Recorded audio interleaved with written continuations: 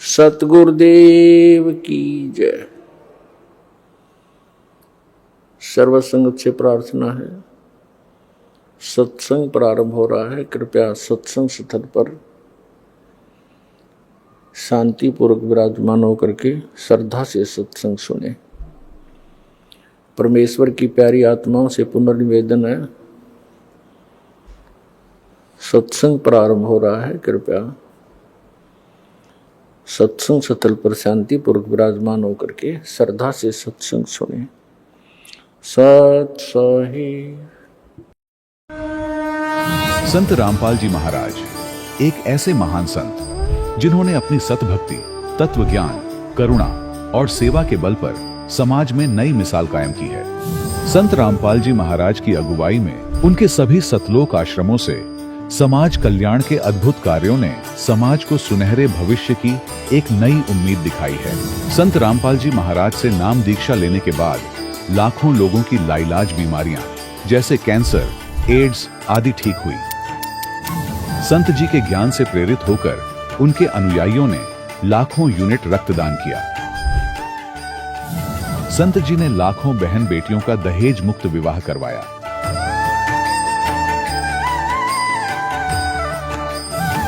संत जी ने लाखों लोगों का नशा छुड़वाया, करोड़ों उजड़े परिवार बसे। संत जी के आश्रमों में समागम के दौरान निःशुल्क नेत्र चिकित्सा, दंत चिकित्सा प्रदान की जाती है। संत रामपाल जी महाराज द्वारा समय समय पर पर्यावरण संरक्षण के उद्देश्य से बड़े स्तर पर वृक्षारोपण किया जाता है। संत जी ने जरूरतमंदों को तत्काल राहत पहुंचाने के लिए एम्बुलेंस सेवा शुरू की। संत जी अपने अनुयायियों को देहदान के लिए प्रेरित करते हैं, जिससे मानवता की सेवा और चिकित्सा क्षेत्र में सुधार हो सके। संत रामपाल जी महाराज के सभी आश्रमों में हर रोज निःशुल्क भंडारा आयोजित किया जाता है, जहां हर वर्ग, हर जाति और हर धर्म के लोग एक साथ बैठकर भोजन करते हैं।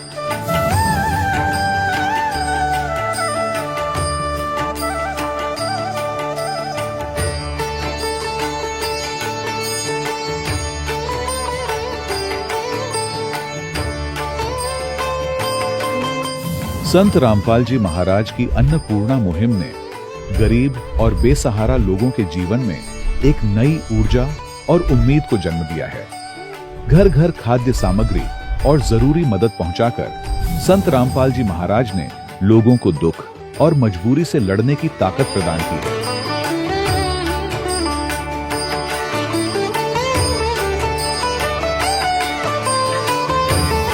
संत रामपाल जी महाराज द्वारा गरीब लोगों के लिए घर बनवाने का अद्भुत कार्य एक ऐसी मिसाल कायम कर रहा है जो सदियों सदियों संत जी की उदारता और दया भावना के तौर पर जाना जाएगा।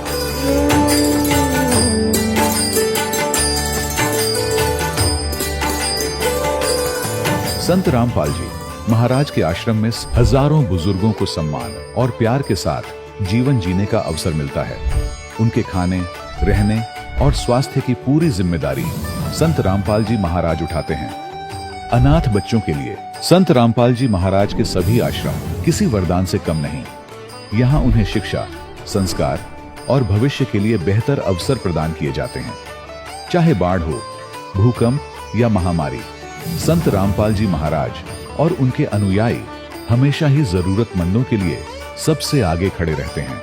कोविड महामारी के दौरान संत रामपाल जी महाराज के आश्रमों से करोड़ों लोगों के लिए भोजन, दवाइयां और जीवन रक्षक सामग्रियां उपलब्ध कराई गई। चाहे गरीब की मदद हो या किसी शोषित और पीड़ित वर्ग के हक और सम्मान की लड़ाई, संत रामपाल जी महाराज ने हमेशा ही उनकी दबी आवाज को सरकारों तक पहुंचाया है और उन्हें उचित न्याय दिलवाने में अहम भूमिका अदा की है। समाज में आध्यात्मिक और सामाजिक मूल्यों के प्रति जागरूकता लाने में संत रामपाल जी महाराज हर कदम पर मानवता के सच्चे सेवक साबित हुए हैं। संत रामपाल जी महाराज का जीवन हमें सिखाता है कि सच्ची सेवा वही है जो निस्वार्थ भाव से की जाए। आइए हम भी इस महान सेवा के कार्य में इस महान संत से जुड़ें और संत रामपाल जी महाराज से नाम दीक्षा लेकर अपने जीवन को धन्य बनाएं।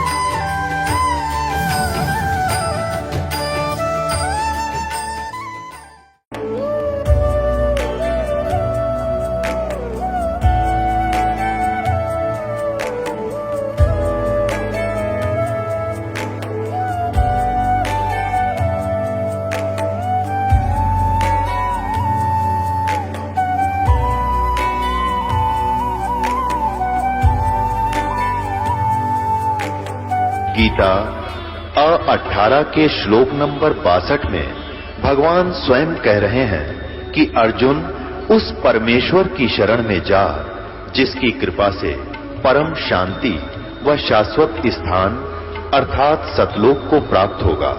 वो परमेश्वर कौन है, कहां है, कैसा है, जानने के लिए कृपया अवश्य सुनिए जगत गुरु तत्वदर्शी संत रामपाल जी महाराज के अमृत वचन। सदियों से, युगों से एक आस्था हमारे रोम रोम में बसी है, मोक्ष की आस्था। वो परम लक्ष्य जिसके लिए इंसान पूरी जिंदगी लगा देता है। इसी मोक्ष की तलाश में वैदिक काल से त्रिदेव ब्रह्मा, विष्णु, शिव और आदिशक्ति दुर्गा को इष्ट मानकर पूजा जाता रहा है।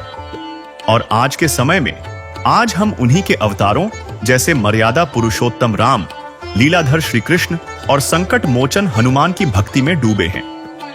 इस भक्ति की पराकाष्ठा तो देखिए। श्रद्धालु हजारों किलोमीटर नंगे पांव तीर्थ यात्रा पर निकल पड़ते हैं।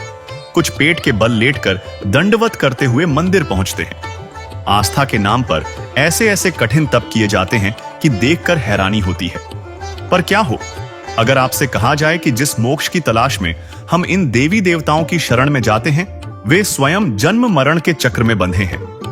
क्या हो अगर आपको पता चले कि जिन्हें हम सृष्टि का रचयिता, पालक और संहारक मानते हैं उनके भी माता पिता हैं और उनकी भी एक दिन मृत्यु होती है। यह सुनकर शायद आपको यकीन न हो, एक जोर का झटका लगे। पर यह सवाल आज का नहीं, सदियों पुराना है, जिसके जवाब हमारे ही धार्मिक ग्रंथों के पन्नों में कहीं दबे पड़े हैं। तो सवाल उठता है, और यह सवाल बहुत सीधा है, कि जो प्रभु स्वयं जन्म और मृत्यु के बंधन से मुक्त नहीं, वो हमें मोक्ष का अमर वरदान कैसे दे सकते हैं? क्या यह एक ऐसी त्रासदी नहीं जहां हम एक ऐसी मंजिल की उम्मीद कर रहे हैं जिसका रास्ता बताने वाले खुद उस मंजिल तक नहीं पहुंचे? आज हम किसी की आस्था पर चोट करने नहीं, बल्कि अपने ही धर्म ग्रंथों की गहराइयों में उतरकर उन प्रमाणों को खोजने निकले हैं जो इस पूरे रहस्य से पर्दा उठाते हैं।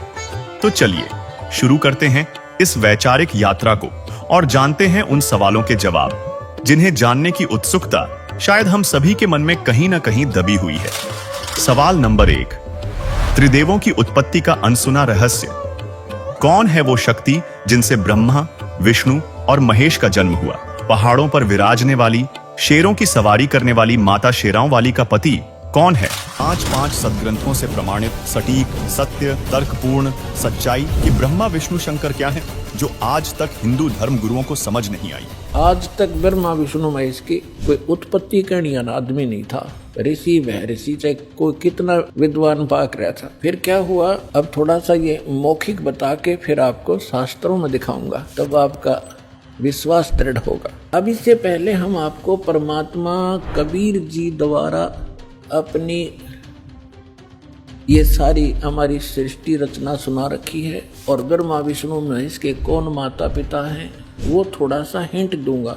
उसके बाद फिर आपको दिखाएंगे इन हमारे सदग्रंथों में जिनको हम श्रोधार्य मानते थे, और सत्य ज्ञान युक्त पुराण, वेद, गीता, इनमें आपको रूबरू करेगा ये दास। परमात्मा को हम अशिक्षित मानते थे और ये कहा करते ये क्या जाने धानक दुल्हा, इसने संस्कृत आती नहीं, क्या जाने वेदों और गीता और पुराणों के गूढ़ रहस्यों को। अरे भगवान तो चिट्ठी से लेकर हाथी तक की भाषा जानता है, वो सब प्राणियों की भाषा जानता है।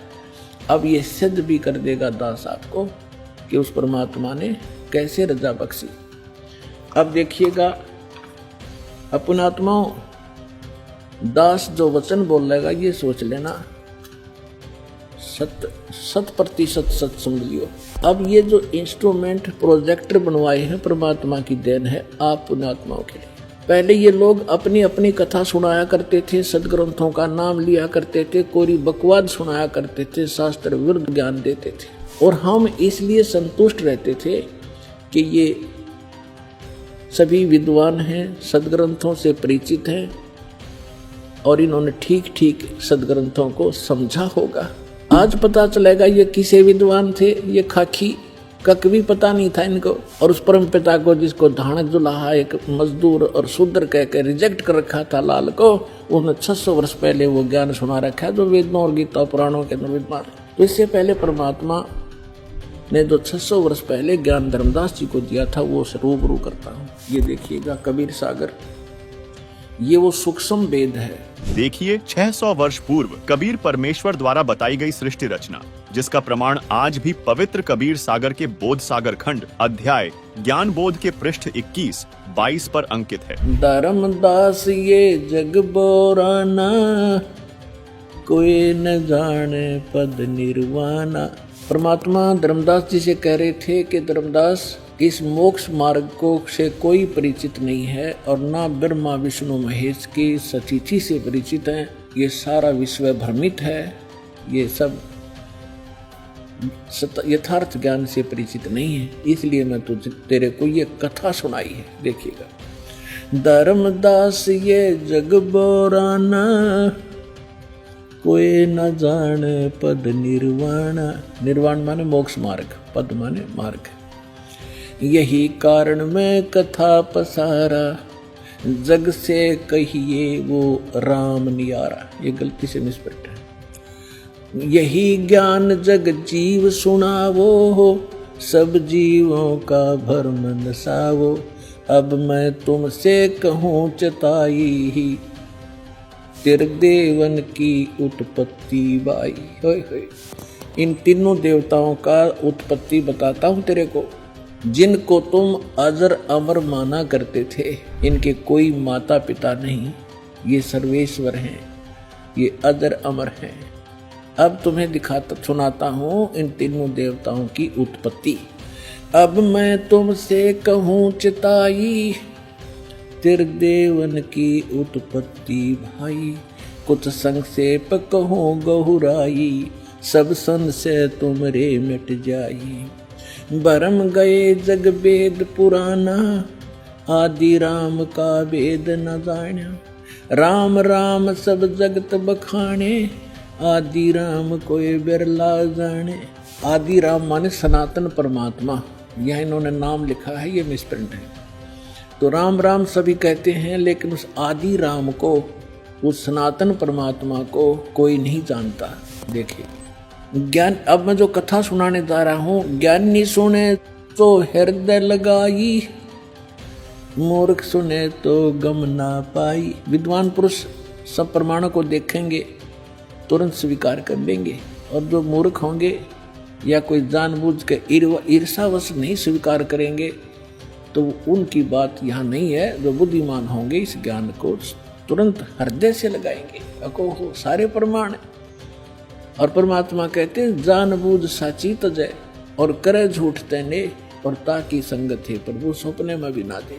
ऐसा दुष्ट सामने प्रमाण देख के और फिर नखरे करता है, तो जानबूझ साची तजय और करे झूठ तैने, तो ताकि संगत है प्रभु कहते सपने भी में ना दे। ऐसा दुष्ट कभी कहते कभी ना मिलाइयो इसे व्यक्ति ने। सामने प्रमाण है और फिर नहीं मान रहा है। तो यहाँ परमात्मा कहते हैं, ज्ञानी सुने सो हृदय लगाई, मूर्ख सुने तो गम ना पाई। अब क्या बताने जा रहे हैं? माँ अष्टंगी पिता निरंजन, माँ अष्टंगी पिता निरंजन, ये जम दारुण वंशन अंजन। पहले कीन निरंजन राई, पीछे से माया उपजाई। कहते हैं पहले उस ज्योत निरंजन की उत्पत्ति की थी अंडे से, और पीछे से दुर्गा बनाई थी, उत्पत्ति की थी। पहले कीन निरंजन राई, पीछे से माया उपजाई। माया रूप देख अति शोभा, देव निरंजन तन मन लोभा। दुर्गा के उस स्वरूप के ऊपर आसक्त होकर इस काल ने यह गलती की। कामदेव धर्मराय सताए, देवी को तुरंत धर खाए। इसके अंदर भी से वासना प्रबल हुई। धर्मराय इस काल को भी कहते हैं, इसने कहा था मैं सत का राज करूंगा, मैं धर्म का राज करूंगा, तो तब इसको धर्मराय कहा करते थे। और जब इसने लड़की के साथ जुल्म किया, इसको काल कहा गया। अब क्या कह रहे हैं? माया रूप देख अति शोभा, देव निरंजन तन मन लोभा। काम देव धर्मराय सताए, हे देवी को तुरंत दर खाए। पेट से देवी करी पुकारी, हे साहेब मेरा मोहे करो उबारी। टेर सुनी सतगुरता आए, अष्टंगी के बंद छड़वाए। अब यहाँ पर इन कबीर पंथियों ने थोड़ा बहुत अपने हिसाब से 19-21 कर दिया। इसमें लिखा है परमात्मा ने कहा था टेर सुनी तहाँ हम आए, और परमात्मा ने इस मूल ज्ञान को थोड़ा छुपाना था, इसलिए इन्होंने कबीर पंथियों का समझ में नहीं आई। ये कबीर जी को तो सतगुरु मानते हैं और सतपुरुष को निराकार बताते हैं, इन दोनों को अलग अलग मानते हैं, तो इनको ज्ञान नहीं था। अब क्या कहते हैं, धर्मराय को हिकमत की ना, इस काल ने नखरेखा से भग कर लीना। दुर्गा को नाखनों की से द्वारा स्त्री इंद्री लगाई। धर्मराय करे भोग विलासा, माया को रही तब आशा, यानी अष्टंगी प्रेग्नेंट हुई। 3 पुत्र अष्टंगी जाए, जाए माने उत्पन्न किए, और ब्रह्मा विष्णु शिव नाम धराए। ओए होए 3 पुत्र अष्टंगी जाए, ब्रह्मा विष्णु शिव नाम धराए। 3 देव विस्तार चलावे, इनमें ये जग धोखा खावे। पुरुष गम कैसे कोई पावे, काल निरंजन जग भरमावे। पुरुष माने परमात्मा, सतपुरुष की गम माने उसकी जानकारी कैसे कोई पावे, ये काल सबको भ्रमित रखता है अज्ञान के द्वारा। पुरुष गम कैसे कोई पावे, काल निरंजन जग भरमावे। 3 लोक अपने सुत दीना, सुन निरंजन वासालीना। 3 लोक अपने पुत्रों को देके सुन में ये स्वयं वास करता है। अलख निरंजन सुन ठिकाना, ब्रह्मा विष्णु शिव भेद न जाना।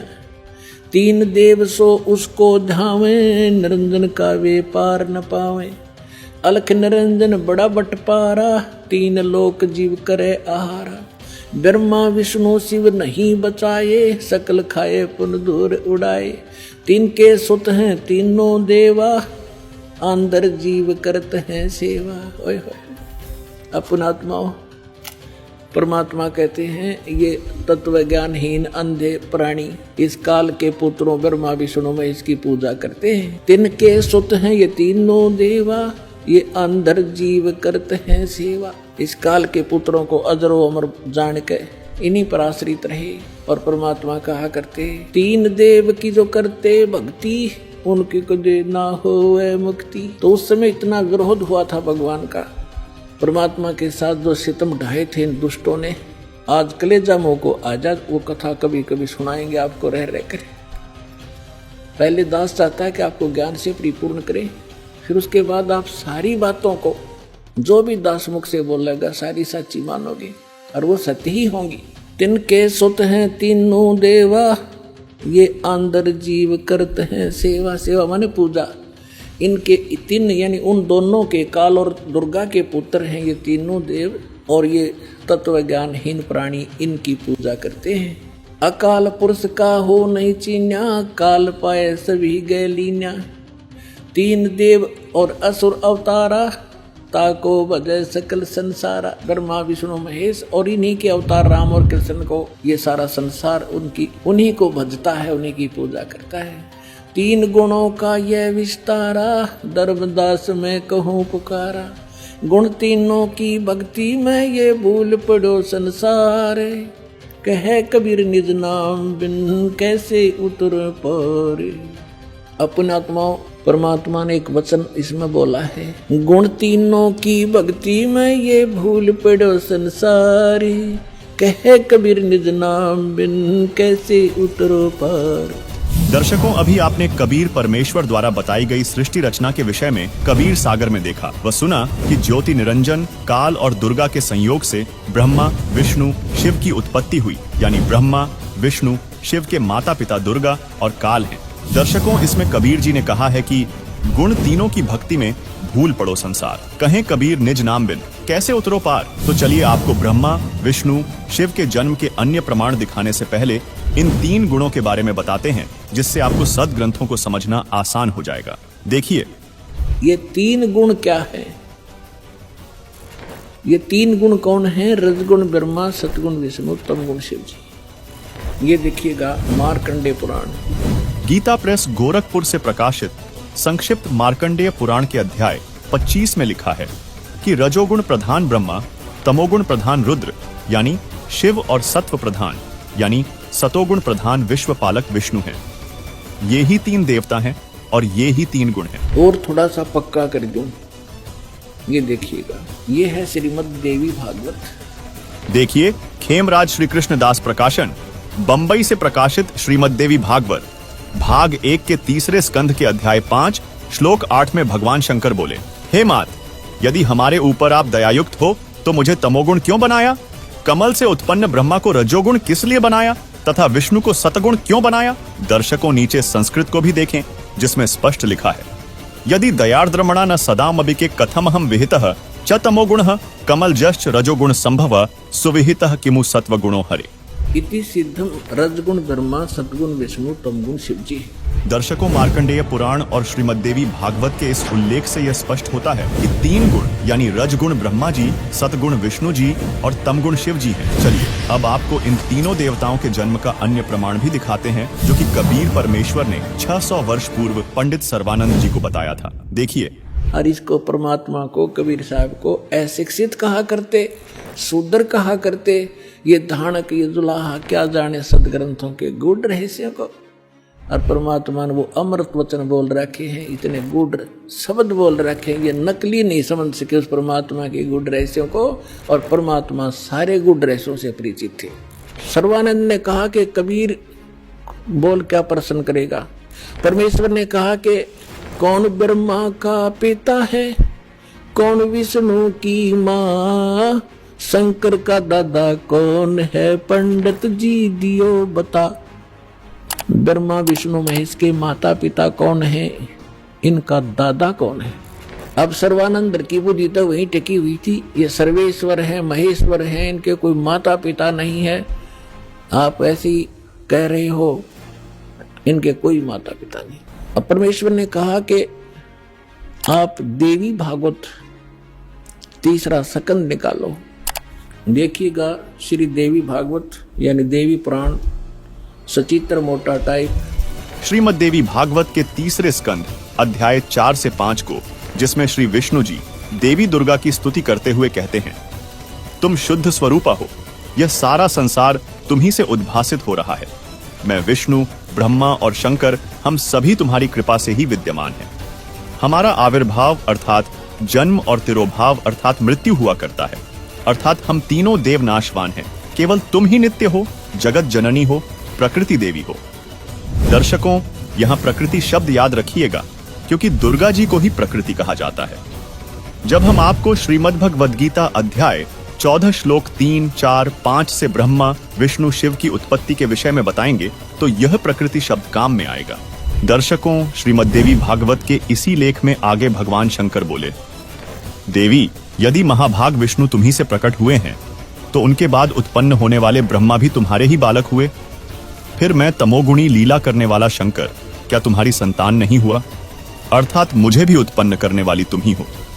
शिवे, संपूर्ण संसार की सृष्टि करने में तुम बड़ी चतुर हो। इस संसार की सृष्टि, स्थिति और संहार में तुम्हारे गुण सदा समर्थ हैं। उन्हीं तीनों गुणों से उत्पन्न हम ब्रह्मा, विष्णु एवं शंकर नियमानुसार कार्य में तत्पर रहते हैं। अब पंडित जी तो साथ ले रहा था, सारे पोथे निकाल कर देख लिया, पढ़ भी लिया। उसको मालूम था कि सामने जो श्रोता है ये सब अशिक्षित, और कह दिया कि झूठ बोलता है, इसमें कुछ नहीं है। परमेश्वर ने कहा कि रुद्र संहिता के अंदर देखिएगा, ब्रह्मा, विष्णु और शिव जी की उत्पत्ति दिखाते हैं आपको, आप देखिएगा। तो उसने देखा जो मालिक ने बताया। अब आप देखिए पुण्यात्माओं, तो अभी तक ये सारा वर्बली बकवाद चल रही थी। अब दास ने जब इस मिशन को स्टार्ट किया तो आम भक्त हमारे भक्तों से कहता था, वो कैसा टीचर है, पुस्तक पढ़ पढ़ के सुनाता है, अपना अनुभव बताना चाहिए। सदग्रंथों से अलग जो अनुभव अपना बताता है वो शास्त्र विरुद्ध है, वो बिल्कुल यूजलेस है। ये हमारा सिलेबस है। हम सिलेबस तो बाद में देखा दास को, ने तो उस मूल ज्ञान से, जो परमात्मा का ज्ञान था, उसके आधार से भक्ति शुरू की थी। इन सदग्रंथों को बाद में देखा है, ये यूं का यूं मिला। तो आपको दृढ़ करने के लिए और आपको सच्चाई से परिचित कराने के लिए ये सदगुण दिखा रहा हूं, मुझे नहीं जरूरत थी इनकी। जैसे एक अंधा था, अंधेरे में लालटेन लिए जा रहा था, आगे से बच्चे आ रहे थे उछल कूद करते हुए। उसने कहा, बच्चों देखना देखना बच्चों, मैं अंधा हूं, बेटा ध्यान से चलना, मैं अंधा हूं, देखना मुझसे ना टकराना। अब बच्चों ने आकर देखा कि आदमी अंधा बतावे और लालटेन हाथ में ले रहा, टॉर्च या लालटेन लैंप। उन्होंने चारों तरफ से घेर के कहा, बाबा सचमुच आप अंधे हो? कहा, बेटा अंधा हूं मैं। फिर लालटेन किस लिए ले रखी है? कि तुम आंखों वालों के लिए, कहीं मेरे से टकरा कर वो डिग दे ही ना, तोड़ दो। आपके लिए है, ताकि इस रोशनी में तुम्हें पता लग जाए कोई बूढ़ा व्यक्ति आ रहा है, साइड से निकल जाओ, मुझसे टकराओ नहीं, मैं अपने इसलिए आपके लिए हुए हूं। तो दास तो इस ज्ञान को पहले सुना रहा था सन 1994 से लेकर सन 2000 तक। वर्बली जो मालिक ने ज्ञान दिया था यही सुना रहा था। ये ब्रह्मा विष्णु महेश नासवान है, इनकी जन्म मृत्यु होती है। ये इष्ट रूप में पूज्य नहीं है, लेकिन अनादरणीय नहीं है।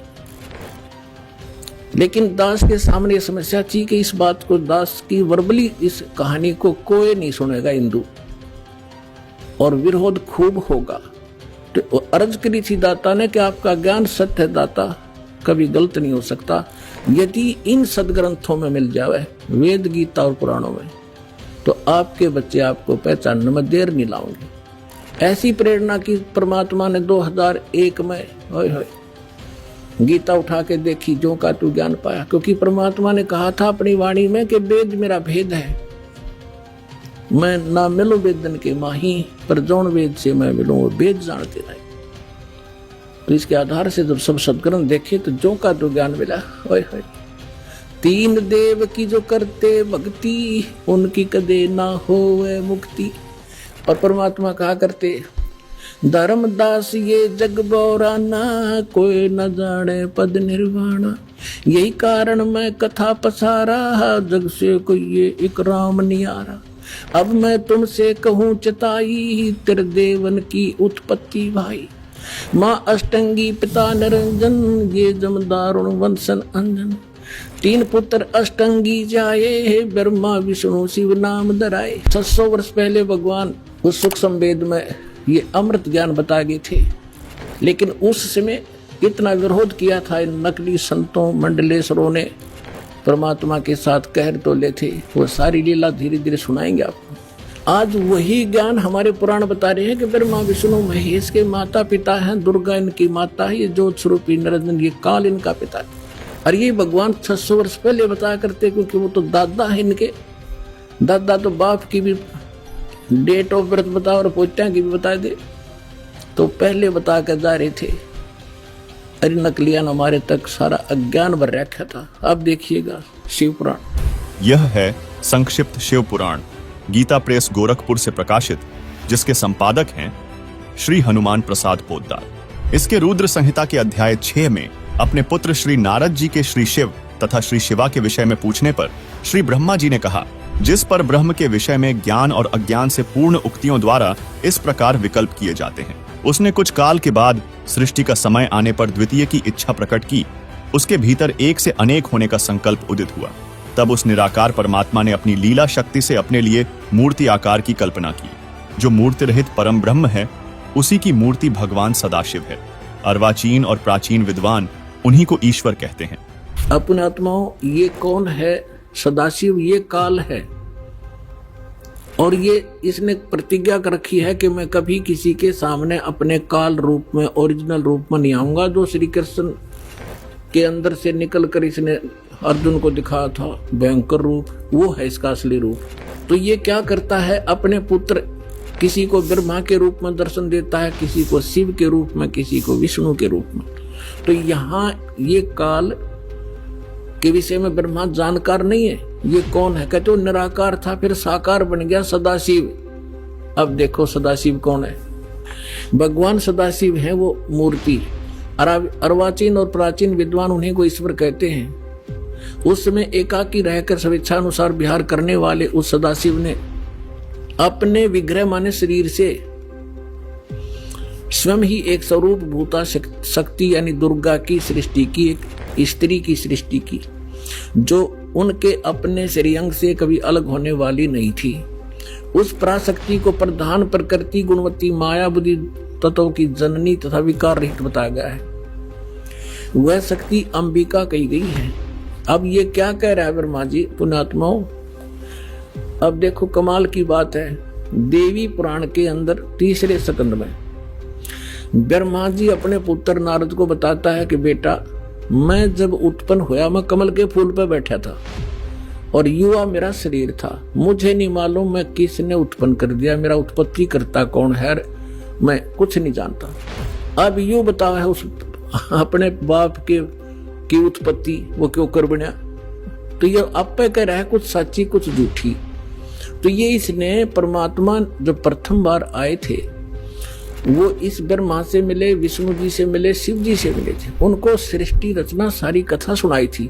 इन्होंने एक बार तो स्वीकार किया था, फिर काल प्रेरणा से माल्य के ज्ञान को रिजेक्ट कर दिया था। अब वो सुना हुआ ज्ञान यहाँ कुछ अटकलबाजी कर रहा है। ये परमात्मा ने तो ये बता रखा है कि इस काल ने दुर्गा को खा लिया था, बुरी नीयत वो उसके पेट में चली गई थी, फिर वो परमेश्वर ने आकर निकाली थी, तब ये दोनों पति पत्नी रूप में रहने लगे थे।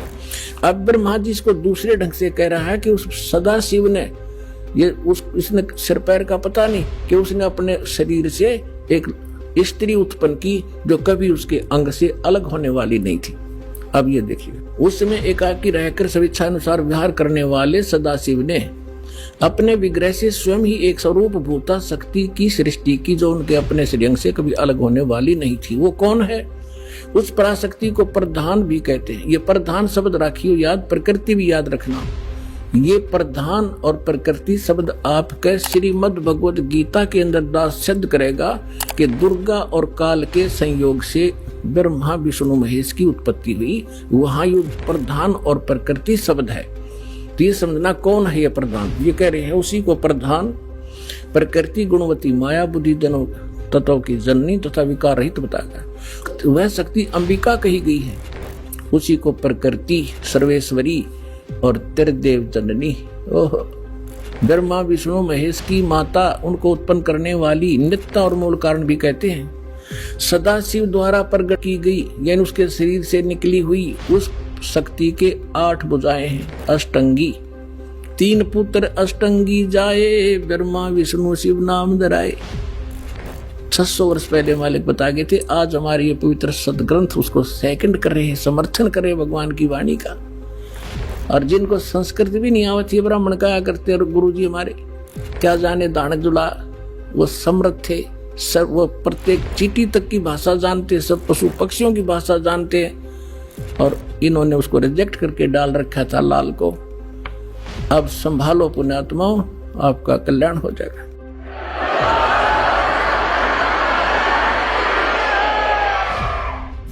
नाना प्रकार के आभूषण उसके श्री अंगों की शोभा बढ़ाते हैं। वह देवी नाना प्रकार की गतियों से संपन्न है और अनेक प्रकार के अस्त्र शस्त्र धारण करती है। एकाकिनी होकर वह माया संयोग वसात अनेक हो जाती है। वे जो सदाशिव हैं उन्हें परम पुरुष ईश्वर शिव शंभु और महेश्वर कहते हैं। यहां देखिएगा, अब 101 पृष्ठ पर आ गए रुद्र संहिता। वे अपने सारे अंगों में भस्म रमाए रहते हैं। उन काल रूपी ब्रह्म ने, इसको काल कहो, ब्रह्म कहो, सदाशिव कहो, उन काल रूपी ब्रह्म ने एक ही समय शक्ति के नाथ नहीं शक्ति के साथ शिवलोक नामक क्षेत्र का निर्माण किया था। उस उत्तम क्षेत्र को काशी कहते हैं। वह परम निर्वाण व मोक्ष स्थान है जो सबके ऊपर विराजमान है। वे प्रिय और प्रियतम, वो पति पत्नी रूप में शक्ति और शिव, दुर्गा और काल जो परमानंद स्वरूप है, उस मनोरम क्षेत्र में नित्य निवास करते हैं। शिव और शिवा ने, काल और दुर्गा ने प्रलय काल में भी उस क्षेत्र को अपने सानिध्य से मुक्त नहीं किया। अब यहाँ देखना, देवर्षि एक समय उस आनंद वन में रमण करते हुए शिवा और शिव के मन में यह इच्छा हुई कि किसी दूसरे पुरुष की भी सृष्टि करनी चाहिए, जिस पर यह सृष्टि संचालन का महान भार रखकर हम दोनों केवल काशी में रहकर इच्छानुसार विचरें और निर्वाण धारण करें। ऐसा निश्चय करके शक्ति सहित सर्वव्यापी परमेश्वर शिव ने अपने वाम भाग के 10वें अंग पर अमृत मल दिया। फिर तो वहां से एक पुरुष प्रकट हुआ जिसका नाम विष्णु रखा। फिर रुद्र संहिता के अध्याय 7 पर ब्रह्मा जी ने कहा कि तत्पश्चात कल्याणकारी परमेश्वर सांब सदाशिव ने पूर्ववत प्रयत्न करके मुझे अपने दाहिने अंग से उत्पन्न किया। दर्शकों, शिव पुराण के इस प्रमाण से यह तो सिद्ध हो गया कि ब्रह्मा और विष्णु की उत्पत्ति दुर्गा और शिव अर्थात काल रूपी ब्रह्म से हुई। लेकिन तत्व ज्ञान न होने के कारण यहां यह अनुवादकर्ता विचलित हो गया कि शिव से शिव की उत्पत्ति कैसे लिखूं। इसमें तो लिखा हुआ है, जिसके कारण उसने यहां शिव से शिव की उत्पत्ति नहीं लिखा, जबकि यह सदाशिव यानी काल रूपी ब्रह्म तमोगुण शिव से अलग है, जिसका प्रमाण इसी शिव पुराण के विद्यवेश्वर संहिता अध्याय 10 में है, जिसमें ब्रह्मा और विष्णु ने पूछा, प्रभो, सृष्टि आदि 5 कृत्यों के लक्षण क्या हैं? ये हम दोनों को बताइए। भगवान शिव बोले, मेरे कर्तव्यों को समझना अत्यंत गहन है, तथापि मैं कृपापूर्वक तुम्हें उनके विषय में बता रहा हूं। ब्रह्मा और अच्युत सृष्टि, पालन, संहार, तिरोभाव और अनुग्रह, ये 5 ही मेरे जगत संबंधी कार्य हैं जो नित्य सिद्ध हैं। संसार की रचना का जो आरंभ है उसी को सर्ग या सृष्टि कहते हैं। पुत्रों, तुम दोनों ने तपस्या करके प्रसन्न हुए मुझ परमेश्वर से सृष्टि और स्थिति नामक 2 कृत्य प्राप्त किए हैं। ये दोनों तुम्हें बहुत प्रिय हैं। इसी प्रकार मेरी विभूति स्वरूप रुद्र और महेश्वर ने 2 अन्य उत्तम कृत्य संहार और तिरोभाव मुझसे प्राप्त किए हैं, परंतु अनुग्रह नामक कृत्य दूसरा कोई नहीं पा सकता। रुद्र और महेश्वर अपने कर्म को भूले नहीं हैं, इसलिए मैंने उनके लिए अपनी समानता प्रदान की है। वे रूप, वेश, कृत्य, वाहन, आसन और आयुध आदि में मेरे समान ही हैं। ये 5वां कौन है? ये 4 तो ब्रह्मा विष्णु महेश और रुद्र हो गए।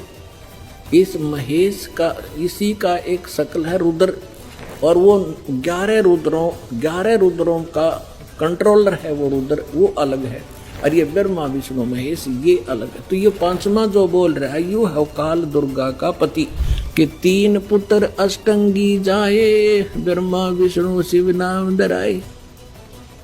और 3 देव की जो करते भक्ति, उनकी को देना हो मुक्ति। गुण तीनों की भक्ति में ये भूल पड़ो संसारे, कहे कबीर निज नाम बिना कैसे उतरो पार। दर्शकों, अभी आपने श्रीमद् देवी भागवत और शिव पुराण में देखा इन तीनों देवताओं की उत्पत्ति को। चलिए अब आपको इसी का प्रमाण पवित्र श्रीमद् भगवद गीता जी में दिखाते हैं, जिसे ये नकली धर्मगुरु कथावाचक भी शिरोधार्य मानते हैं। दर्शकों, गीता से इस रहस्य को जानने से पहले एक बार पवित्र शास्त्रों की झलक पुनः देख लेते हैं। उसके बाद गीता से प्रमाण देखने का अलग ही आनंद आएगा। देखिए, अब देखिएगा शिव पुराण। ये संक्षिप्त शिव पुराण सचित्र मोटा टाइप केवल हिंदी गीता प्रेस गोरखपुर से प्रकाशित है। इसके संपादक कौन है?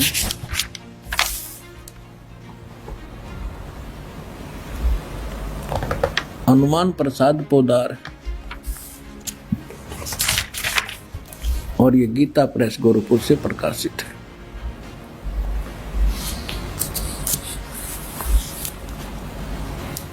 ये देखिएगा, ये है रुद्र संहिता, और यहाँ अध्याय नंबर 5 हम यहाँ पर पढ़ेंगे थोड़ा सा। अपने पुत्र नारद की यह बात सुनकर लोक पितामह ब्रह्मा वहाँ इस प्रकार बोले। भगवान सदाशिव हैं वो मूर्ति, अर्वाचीन और प्राचीन विद्वान उन्हीं को ईश्वर कहते हैं। उस समय एकाकी रहकर स्वेच्छानुसार विहार करने वाले उस सदाशिव ने अपने विग्रह माने शरीर से स्वयं ही एक स्वरूप भूता शक्ति यानी दुर्गा की सृष्टि की, एक स्त्री की सृष्टि की, जो उनके अपने श्रेयंग से कभी अलग होने वाली नहीं थी। उस पराशक्ति को प्रधान प्रकृति गुणवती माया बुद्धि तत्वों की जननी तथा विकार रहित बताया गया है। वह शक्ति अंबिका कही गई है। अब ये देखिए, उसमें एकाकी रहकर स्वेच्छानुसार विहार करने वाले सदाशिव ने अपने विग्रह से स्वयं ही एक स्वरूप भूता शक्ति की सृष्टि की, जो उनके अपने श्रेयंग से कभी अलग होने वाली नहीं थी। वो कौन है? उस पराशक्ति को प्रधान भी कहते हैं। ये प्रधान शब्द राखियो याद, प्रकृति भी याद रखना। ये प्रधान और प्रकृति शब्द आपके श्रीमद् भगवद गीता के अंदर दास सिद्ध करेगा कि दुर्गा और काल के संयोग से ब्रह्मा विष्णु महेश की उत्पत्ति हुई। वहां ये प्रधान और प्रकृति शब्द है। तो ये समझना कौन है ये प्रधान। ये कह रहे हैं उसी को प्रधान, प्रकृति गुणवती माया बुद्धि जनों तत्वों की जननी तथा विकार रहित बताया। तो वह शक्ति अंबिका कही गई है। उसी को प्रकृति सर्वेश्वरी और त्रिदेव जननी, ओह, ब्रह्मा विष्णु महेश की माता, उनको उत्पन्न करने वाली नित्य और मूल कारण भी कहते हैं। सदाशिव द्वारा प्रकट की गई, यानी उसके शरीर से निकली हुई उस शक्ति के 8 भुजाएं हैं। अष्टंगी, 3 पुत्र अष्टंगी जाए, ब्रह्मा विष्णु शिव नाम धराए। 600 वर्ष पहले मालिक बता गए थे। आज हमारे ये पवित्र सदग्रंथ उसको सेकंड कर रहे हैं, समर्थन कर रहे हैं भगवान की वाणी का। और जिनको संस्कृत भी नहीं आवती, ब्राह्मण कहा करते और गुरु जी हमारे क्या जाने दाने जुला, वो समर्थ थे। सब वो प्रत्येक चींटी तक की भाषा जानते, सब पशु पक्षियों की भाषा जानते हैं। और इन्होंने उसको रिजेक्ट करके डाल रखा था लाल को। अब संभालो पुण्यात्माओं, आपका कल्याण हो जाएगा। दर्शकों, ब्रह्मा विष्णु महेश यानी रजगुण सतगुण तमगुण के विषय में इन पवित्र ग्रंथों से एक झलक देखी। अब देखते हैं श्रीमद् भगवद गीता से तीनों देवों की उत्पत्ति का प्रमाण। अब आपको श्रीमद् भगवद गीता से प्रमाणित करते हैं ब्रह्मा विष्णु महेश की उत्पत्ति। ये श्रीमद् भगवद गीता और गीता प्रेस गोरखपुर से प्रकाशित है। जयदयाल गोविंदका इसके अनुवादक हैं। ये अध्याय नंबर 14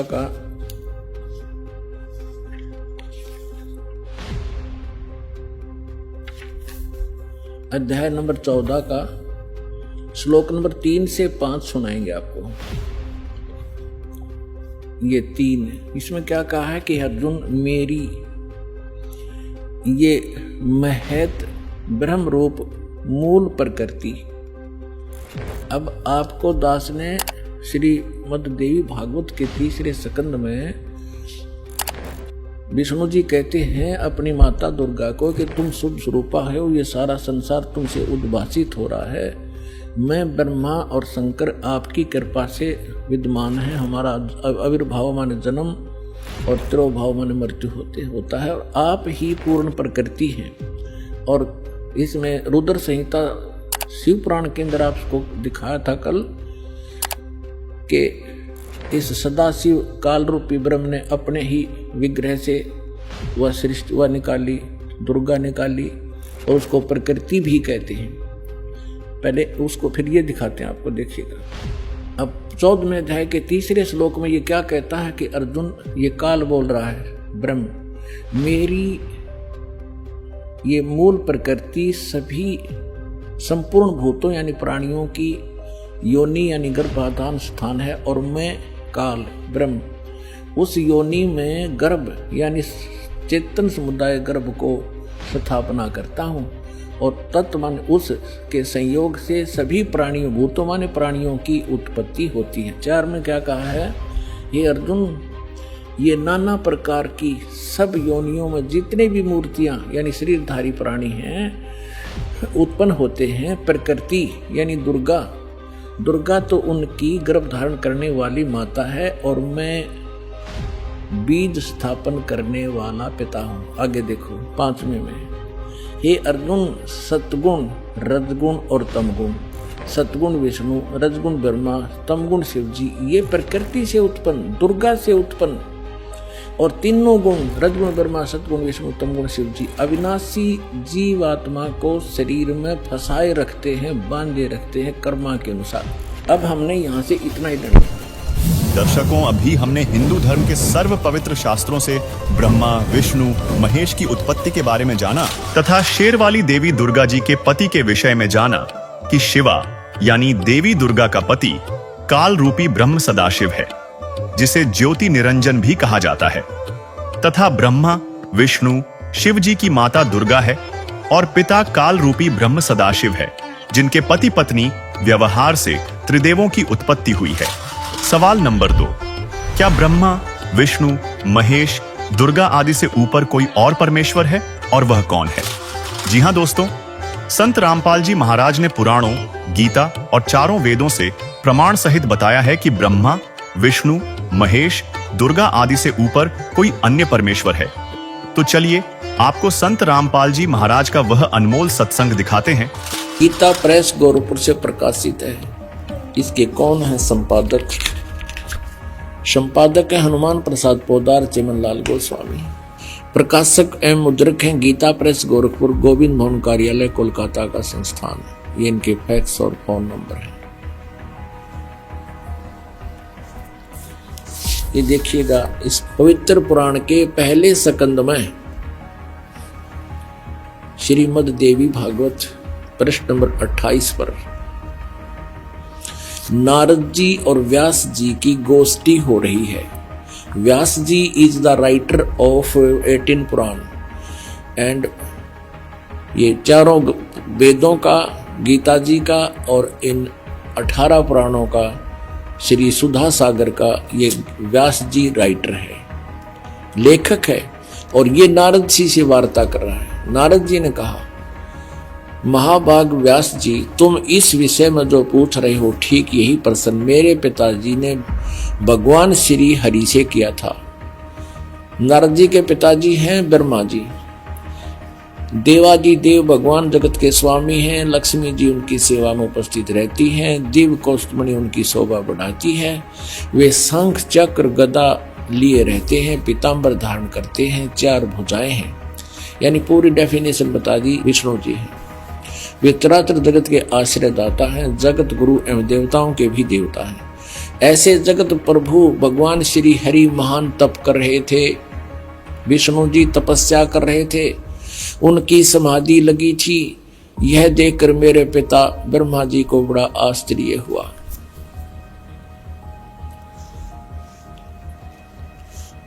अतः उन्होंने उनसे, यानी ब्रह्मा जी ने विष्णु जी से जानने की इच्छा प्रकट की। ब्रह्मा जी ने पूछा, प्रभु आप देवताओं के अध्यक्ष, जगत के स्वामी और भूत भविष्य एवं वर्तमान सभी जीवों के एकमात्र शासक हैं। भगवान फिर आप क्यों तपस्या कर रहे हैं और आप किस देवता की आराधना में ध्यान मग्न हैं? मुझे असीम आश्चर्य तो ये हो रहा कि आप देवेश्वर, यानी सब देवों के मालिक, सब भगवानों के भगवान, ब्रह्मा जी विष्णु को कह रहा भगवानों के भगवान एवं सारे संसार के शासक होते हुए भी समाधि लगाए बैठे हैं। अब विष्णु जी ने के उत्तर दिया। ब्रह्मा जी के विनीत वचन सुनकर भगवान श्री हरि बोले, ये वचन बोले।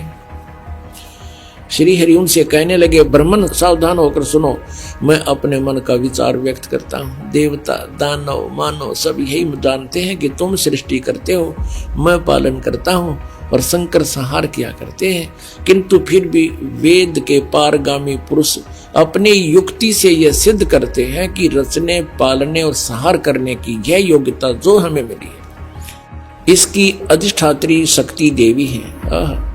वे कहते हैं कि संसार की सृष्टि करने के लिए तुम में राजसी शक्ति का संचार हुआ है। इसी भी सिद्ध हो रहा कि रजगुण ब्रह्मा, सतगुण विष्णु, तमगुण शिव जी है। मुझे सात्विक शक्ति मिली है और रुद्र में तामसी शक्ति का आविर्भाव हुआ है। सुवर्त प्रत्यक्ष और परोक्ष दोनों उदाहरण मैं तुम्हारे सामने रखता हूं, सुनो। यह निश्चित बात है कि उस शक्ति के अधीन होकर ही मैं, यानी विष्णु, शेष नाग की सैया पर सोता हूँ। सृष्टि करने का अवसर आते ही जाग जाता हूँ। मैं सदा तप करने में लगा रहता हूँ और उस शक्ति के शासन से मैं कभी मुक्त नहीं रह सकता। कभी अवसर मिला तो लक्ष्मी के साथ सुखपूर्वक समय बिताने का सौभाग्य प्राप्त होता है। मैं कभी तो दानों के साथ युद्ध करता हूँ। अखिल जगत को, यानी सारे जगत को भय पहुंचाने वाले दैत्यों के विकराल शरीरों को शांत करना मेरा परम कर्तव्य हो जाता है। ये भी सिद्ध हो रहा है। परमात्मा कहते कबीर जी, तन दर सुखिया कोई ना देखा, जो देखा सो दुखिया हो। और ब्रह्मा विष्णु महेश्वर दुखिया, जिन ये राह चलाई हो। ये कहता मैं सदा तप करने में लगा रहता हूँ और शक्ति के शासन से कभी मुक्त नहीं रह सकता। कभी अवसर मिला तो लक्ष्मी के साथ थोड़ा सा सुखपूर्वक समय व्यतीत करता हूँ और फिर राक्षसों के साथ लट्ठम लट्ठा रहता हूँ, दानों के साथ युद्ध करता रहता हूँ। इनको सुख नाम की चीज नहीं। आप स्वीकार कर रहे हैं भगवान।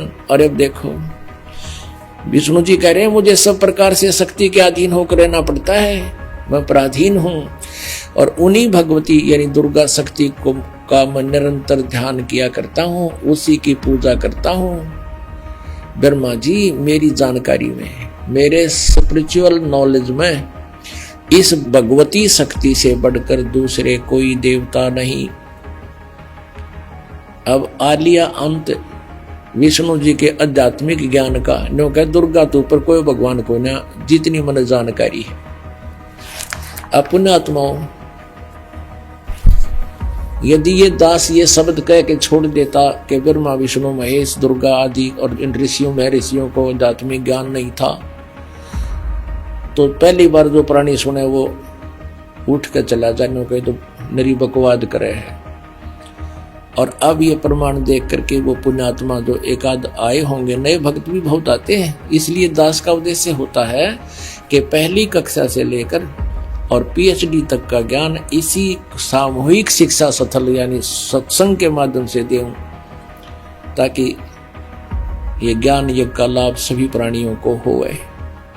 तो यहाँ ये स्पष्ट हो गया कि विष्णु जी को ज्ञान नहीं, ब्रह्मा पर ज्ञान नहीं, विष्णु तो पूछे, नारद ने ज्ञान नहीं और व्यास जी को ज्ञान नहीं। दर्शकों, संत रामपाल जी महाराज ने अपने सत्संग प्रवचनों में बड़े ही सटीक प्रमाणों के साथ ये सिद्ध कर दिया कि भगवान कृष्ण जी उर्फ विष्णु जी खुद ब्रह्मा जी से वार्ता के दौरान ये स्वीकार कर रहे हैं कि हे ब्रह्मा जी, मुझे तो सब प्रकार से देवी दुर्गा के अधीन रहना पड़ता है। मेरी जानकारी में देवी दुर्गा से ऊपर कोई भगवान नहीं है। इससे सिद्ध होता है कि भगवान विष्णु जी उर्फ कृष्ण जी पूर्ण परमात्मा नहीं है। तो अब सवाल ये है कि क्या देवी दुर्गा जी सर्व सृष्टि की रचनाहार हैं? क्या देवी दुर्गा जी ही पूर्ण परमात्मा है?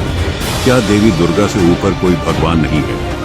आइए इन सब सवालों के जवाब संत रामपाल जी महाराज से जानते हैं। और आगे देखिए तो दुर्गा क्या कहती है। विष्णु जी तो कहते मैं दुर्गा से ऊपर कोई भगवान ना मानता, ना मन पता। और अब दुर्गा क्या कहती है, दुर्गा जी क्या कहती है देखिएगा 7वें स्कंद में 562 पृष्ठ पर 7वां स्कंद, वही श्रीमद् देवी भागवत, ये वही पुराण है। अब यहाँ देखिएगा 7वां स्कंद और 562 पृष्ठ। देवी जो है दुर्गा हिमालय राजा को ज्ञान दे रही है। देवी द्वारा हिमालय को ज्ञानोपदेश ब्रह्म स्वरूप का वर्णन यानी ब्रह्म के बारे में जानकारी दे रही है। श्री देवी कहने लगी पर्वतराज, ये पहले तो अपने बारे में बताती है, फिर अब अपनी को भी रिजेक्ट करती है, कहती है उस ब्रह्म का क्या स्वरूप है यह बतलाया जाता है, जो प्रकाश रूप सबके अत्यंत समीप में स्थित हृदय रूप गुहा में सतीत होने के कारण गुहाचर नाम से प्रसिद्ध और महान पद अर्थात परम प्राप्य है। वह समस्त प्रजा के ज्ञान से परे है, अर्थात किसी की बुद्धि में आने वाला नहीं है, यह तुम जानो।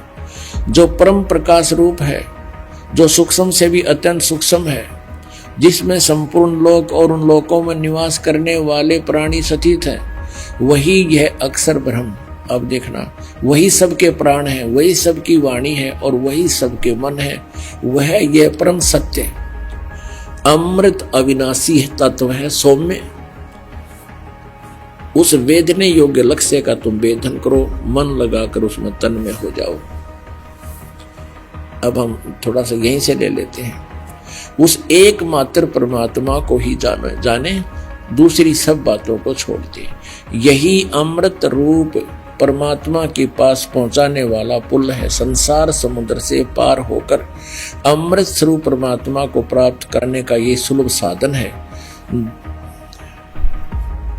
इस आत्मा का ओम के जप के साथ ध्यान करो। इस अज्ञान में अंधकार से सर्वथा परे और संसार समुद्र से उस पार जो ब्रह्म है उसको पा जाओगे, तुम्हारा कल्याण। इसने स्पष्ट कर दिया, अपनी पूजा को भी कह दिया मत करो, मेरी पूजा भी एकमात्र परमात्मा को ही जाने, दूसरी सब बातों को छोड़ दे। उसका ओम नाम है और ब्रह्म, ओम नाम के जाप से ब्रह्म प्राप्ति उद्देश्य रखो, ब्रह्म की जाप करो, ब्रह्म का जाप करो। और वो कहाँ रहता है? वह यह सबका आत्मा ब्रह्म, ब्रह्म लोक रूप दिव्य आकाश में स्थित है। अब क्लियर कर दिया दुर्गा ने कि केवल ब्रह्म की पूजा करो, उसका ओम जाप है, वो ब्रह्म लोक में रहता है।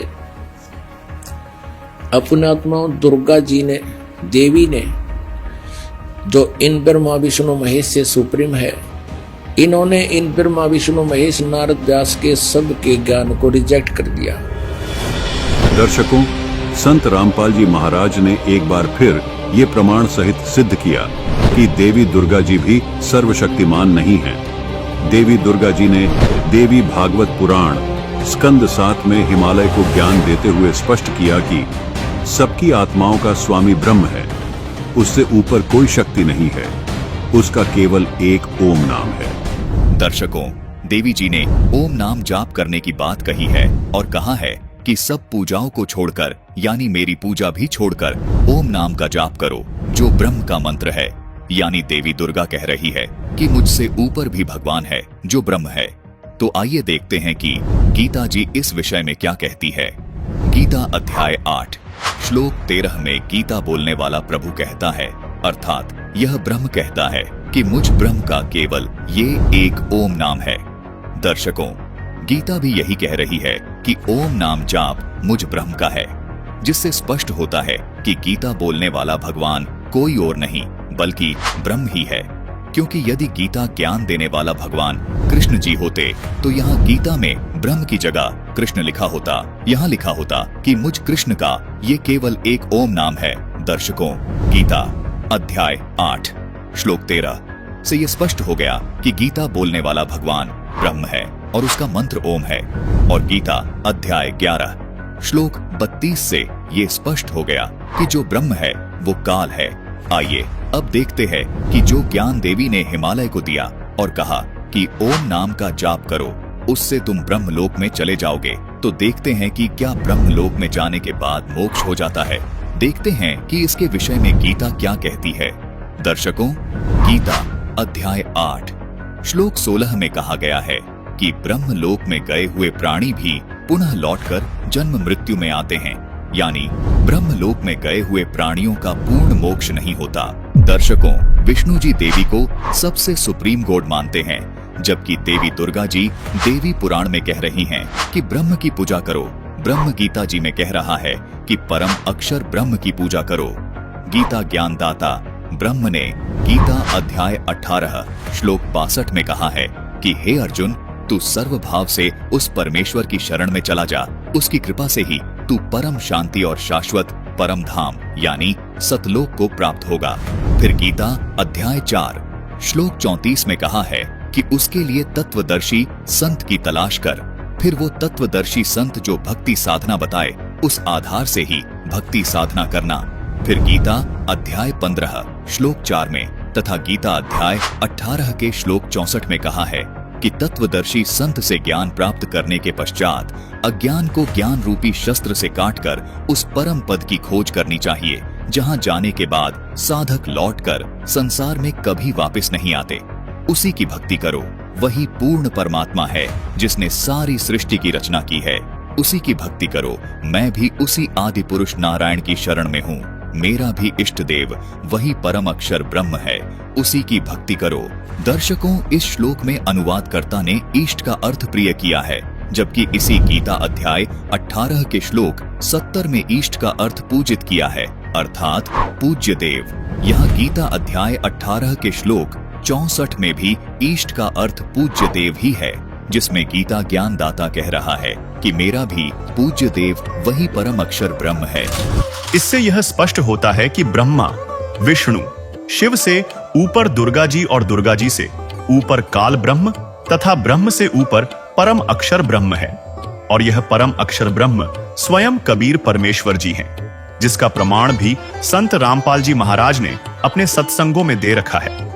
यदि आपको परम अक्षर ब्रह्म अर्थात सृष्टि रचनहार कबीर परमात्मा के विषय में जानना है, प्रमाण सहित जानना है, संपूर्ण सृष्टि रचना नामक वीडियो अवश्य देखिए, जिसका लिंक इसी वीडियो के डिस्क्रिप्शन में दिया गया है। सवाल नंबर 3, समाधि अभ्यास राम, हरे कृष्ण, हरि ओम व 5 नामों तथा वाहे गुरु आदि आदि नामों के जाप से सुख एवं मुक्ति संभव है या नहीं? दोस्तों, जो भगवान खुद जन्म मरण के चक्र में हैं, तो इसका मतलब है कि वह मोक्ष प्रदान नहीं कर सकते। तो फिर उनके नाम राम राम, राधे राधे, हरे कृष्ण का जाप या कीर्तन करने से हमें कहां से मोक्ष मिल जाएगा? हमारे ही धर्म ग्रंथ इस बात की गवाही देते हैं कि यह प्रचलित नाम मंत्र मनमाना आचरण है, एक ऐसी प्रैक्टिस जिसका जिक्र न तो पवित्र वेदों में है और न ही श्रीमद् भगवद गीता में। यह उस टूटे हुए पुल की तरह है जिस पर चलकर आप नदी तो पार नहीं कर सकते, हाँ, हादसे का शिकार जरूर हो सकते हैं। इन्हीं मनमाने आचरणों के विषय में अध्याय नंबर 16 के श्लोक नंबर 23 में कहा कि शास्त्र विधि को त्याग कर जो मनमाना आचरण करते हैं, देखिएगा गीता अध्याय नंबर 16 के श्लोक नंबर 23 में दिखाते हैं आपको, 23 और 24 में। गीता अध्याय नंबर 16 के श्लोक नंबर हम दिखाते हैं आपको 23 में। जो पुरुष शास्त्र विधि को त्याग कर अपनी इच्छा से मनमाना आचरण करता है, वह न सिद्धि को प्राप्त होता है, न परम गति को, और न सुख को ही।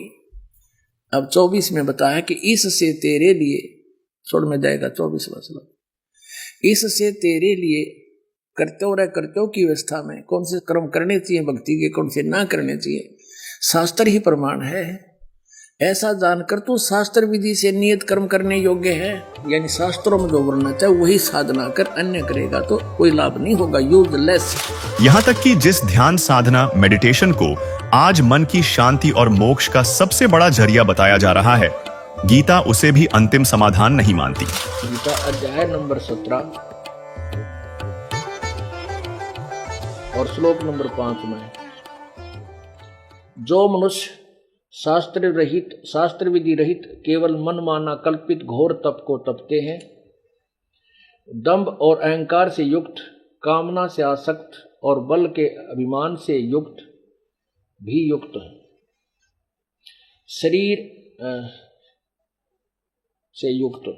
छठे में कहा कि शरीर रूप से सचित भूत समुदाय को और अंतःकरण में सचित मुझ परमात्मा को भी वो क्रस करने वाले हैं, यानी दुखी करने वाले हैं, उन अज्ञानियों को असुर स्वभाव वाले जान। अब क्या बता दिया कि जो अपनी मनमानी तो घोर तप तपते करते हैं, तो उनको शास्त्र विधि त्याग कर, क्योंकि शास्त्र के अनुसार जो तप लिखा है वो और है, वो 3 प्रकार के तप हैं, वो तप नहीं, उनको एक अलग से साधना बताई। जैसे हरिश्चंद्र ने वचन तप किया था कि मैं सत्य बोलूंगा, असत्य नहीं कहूंगा, उसके कारण उसने जो भी यातनाएं सहन करनी पड़ी, उसने सत्य बोला, वो तप था। अब जैसे ये दास सत्य बोल रहा है, सच्चाई कह रहा है, हमें भी यातना सहन करनी पड़ी, जेल में भी जाना पड़ा, झूठे मुकदमे भी बना दिए, ये हमारा तप है, और तप का फल भगवान कबीर परमेश्वर सबको देता है। जैसे प्रहलाद ने यही सत्य बोलने का तप किया था, वाणी वाला तप किया था, अपने पिता से कह दिया था कि तू भगवान नहीं है और तेरे द्वारा बताई गई साधना परमात्मा प्राप्त नहीं करा सकती, उस परमात्मा की भक्ति से ही मोक्ष होगा। इसी से पिता पुत्र का झगड़ा हो गया और उसने खूब सताया। वो जो तप था उसको तप, वो शास्त्र अनुकूल तप था। और जो आंख मीच कर कितने बर्फ में खड़े होगा, कितने ऊपर न पाक रखा, कितने जुगुल गाल कर, ये शास्त्र विरुद्ध और मनमाना आचरण तप है, ये नहीं करना चाहिए। तो फिर वो मोक्ष का असली रास्ता, वो असली मंत्र कहां छिपा है? अगर ये सब रास्ते बंद गलियों की तरह हैं, तो सही राजमार्ग कौन सा है?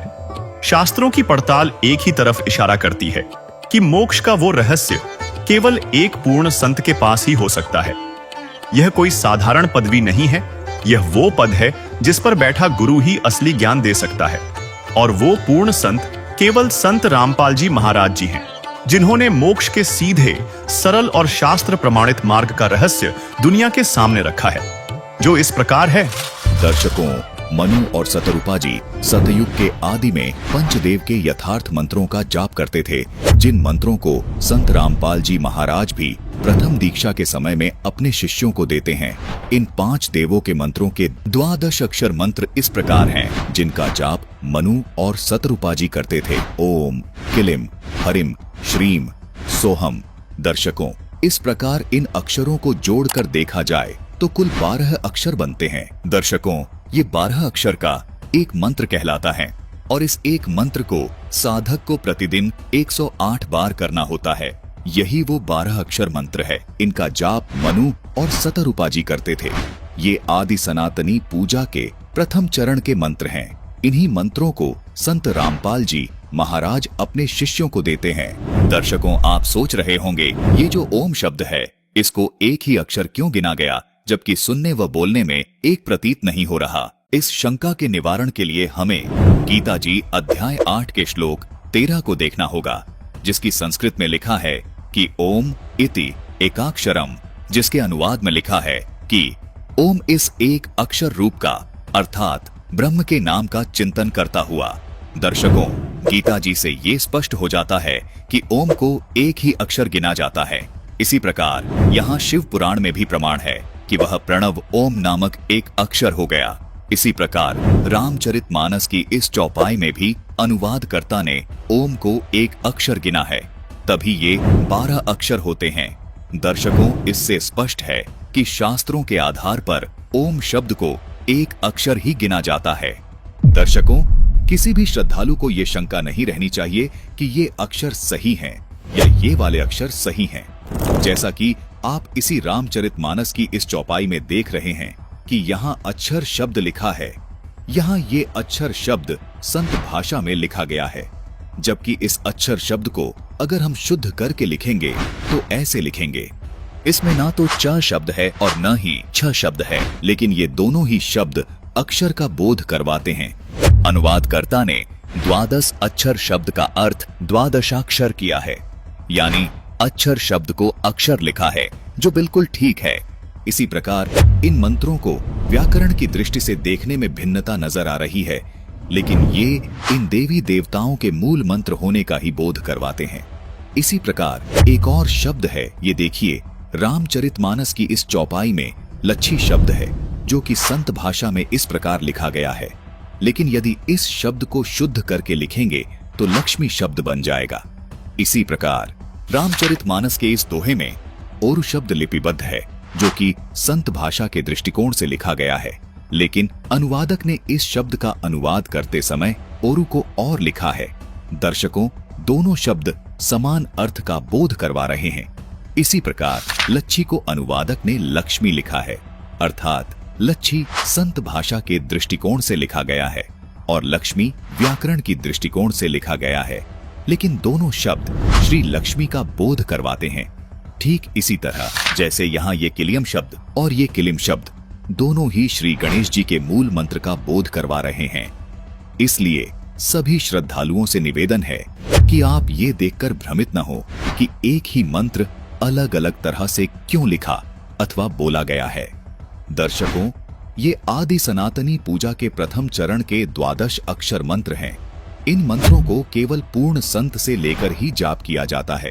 तत्वदर्शी संत ही इन मंत्रों को जाप करने की विधि बताता है। आपको शंका हो सकती है कि इन मंत्रों का प्रमाण और किस ग्रंथ में है। दर्शकों, ये तो प्रमाणित हो ही चुका है कि आदि सनातनी पूजा के अंतर्गत आने वाले इन 12 अक्षर मंत्रों को सतयुग के आदि में सत सुकृत रूप में आए कबीर परमात्मा ने मनु और सतरूपा को दिया था, जिसके कुछ वर्ष बाद ये भक्ति लुप्त हो गई। दर्शकों, यही 12 अक्षर मंत्र कलयुग में आज से लगभग 600 वर्ष पहले कबीर परमात्मा ने इन 12 अक्षर मंत्रों का जाप अपने शिष्यों को दिया था, जिसका प्रमाण आपको कबीर शब्दावली के पेज 77 पर देखने को मिलेगा, जिसमें कबीर साहिब जी का एक शब्द है, कर नैनो दीदार महल में प्यारा है। कबीर साहिब जी ने अपने इस शब्द में इन 12 अक्षर मंत्रों को स्पष्ट लिखा है। वाणी है कि कर नैनो दीदार महल में प्यारा है। फिर आगे लिखा है, मूल कमल दल चतुर बखानो, किलिम जाप लाल रंग मानो, देव गणेश तहां रोपा थानो, रिद्धि सिद्धि चवर ढुलारा है, स्वाद चक्र शट दल बिस्तारो, ब्रह्मा सावित्री रूप निहारो, उलट नागिनी का सिर मारो, तहां शब्द ओंकारा है, नाभि अष्ट कमल दल साझा, सेत सिंहासन विष्णु विराजा, हरिम जाप तासु मुख गाजा, लक्ष्मी शिव आधारा है, द्वादश कमल हृदय के माही, जग गौरी शिव ध्यान लगाई, सोहम शब्द तहां धुन छाई, गण करे जय जयकारा है, षोडश दल कमल कंठ के माही, ते ही मध्य बसे अविद्या बाई, हरिहर ब्रह्मा चवर ढुराई, जहां श्रीम नाम उच्चारा है। दर्शकों, कबीर साहिब जी के इस शब्द में वो द्वादश अक्षर मंत्र स्पष्ट लिखे हैं जो सृष्टि के आदि में मनु और सतरूपाजी करते थे। यहाँ संत भाषा में शब्दों को अलग तरह से लिखा गया है। दर्शकों, संतों ने अपनी स्थानीय भाषा को मध्य नजर रखते हुए संत भाषा में इन द्वादश अक्षर मंत्रों को इस तरह लिखा है। व्याकरण की दृष्टि से इन द्वादश अक्षर मंत्रों को इस तरह लिखा जाता है, लेकिन ये सभी शब्द इन्हीं द्वादश अक्षरों का बोध करवा रहे हैं। आपको एक प्रमाण और दिखाते हैं। 600 वर्ष पहले कबीर परमात्मा ने इन द्वादश अक्षर मंत्रों को लिपिबद्ध करवाया, जिसके बाद फिर से इन द्वादश अक्षर मंत्रों का लोप हो गया था। कबीर परमात्मा ने आज से लगभग 300 साल पहले फिर प्रकट होकर गरीबदास जी महाराज को छुड़ानी में आकर इन द्वादश अक्षर मंत्रों को प्रदान किया। प्रमाण के लिए देखिए गरीबदास जी महाराज द्वारा रचित अमर ग्रंथ, जिसके ब्रह्म कला अंग में और मुक्ति मुद्रा अंग में ये द्वादश अक्षर मंत्र स्पष्ट लिखे हैं। देखिए, ये है ब्रह्म कला अंग जिसमें ये द्वादश अक्षर मंत्र स्पष्ट लिखे हैं, और ये देखिए, ये है मुक्ति मुद्रा अंग जिसमें ये द्वादश अक्षर मंत्र स्पष्ट लिखे हैं। इन्हीं द्वादश अक्षर मंत्रों का जाप परमात्मा कबीर जी ने नानक जी को दिया था, जिसको नानक जी स्वयं जाप करते थे। कबीर परमात्मा ने बाबा नानक जी को दूसरे चरण की साधना का यथार्थ मंत्र सतनाम भी प्रदान किया था, जिसको बाबा नानक जी ने कभी किसी को आगे जपने के लिए नहीं दिया। प्रथम चरण में मिलने वाले इन द्वादश अक्षरों वाले मंत्रों को बाबा नानक जी ने आगे गुरु परंपरा में केवल गद्दी पर बैठने वाले उत्तराधिकारी को इन द्वादश अक्षरों वाले मंत्रों का भेद बताया, जिसका प्रमाण हमें सिख धर्म की प्रमाणित पुस्तक 35 अखरी में देखने को मिलता है, जिसमें यही द्वादश अक्षर मंत्र शुद्धता के साथ लिखे हैं। देखिए यहाँ पर ओम, हरिम, श्रीम, किलिम और सोहम स्पष्ट लिखे हैं। वर्तमान में इन द्वादश अक्षरों वाले मंत्रों का जाप और इनके करने की सही विधि केवल संत रामपाल जी महाराज के पास है। संत रामपाल जी महाराज ही इन मंत्रों को प्रदान करने के एकमात्र अधिकारी संत हैं। यदि कोई श्रद्धालु इन मंत्रों का जाप स्वतः ही करने लग जाए तो उससे कोई लाभ नहीं मिल सकता।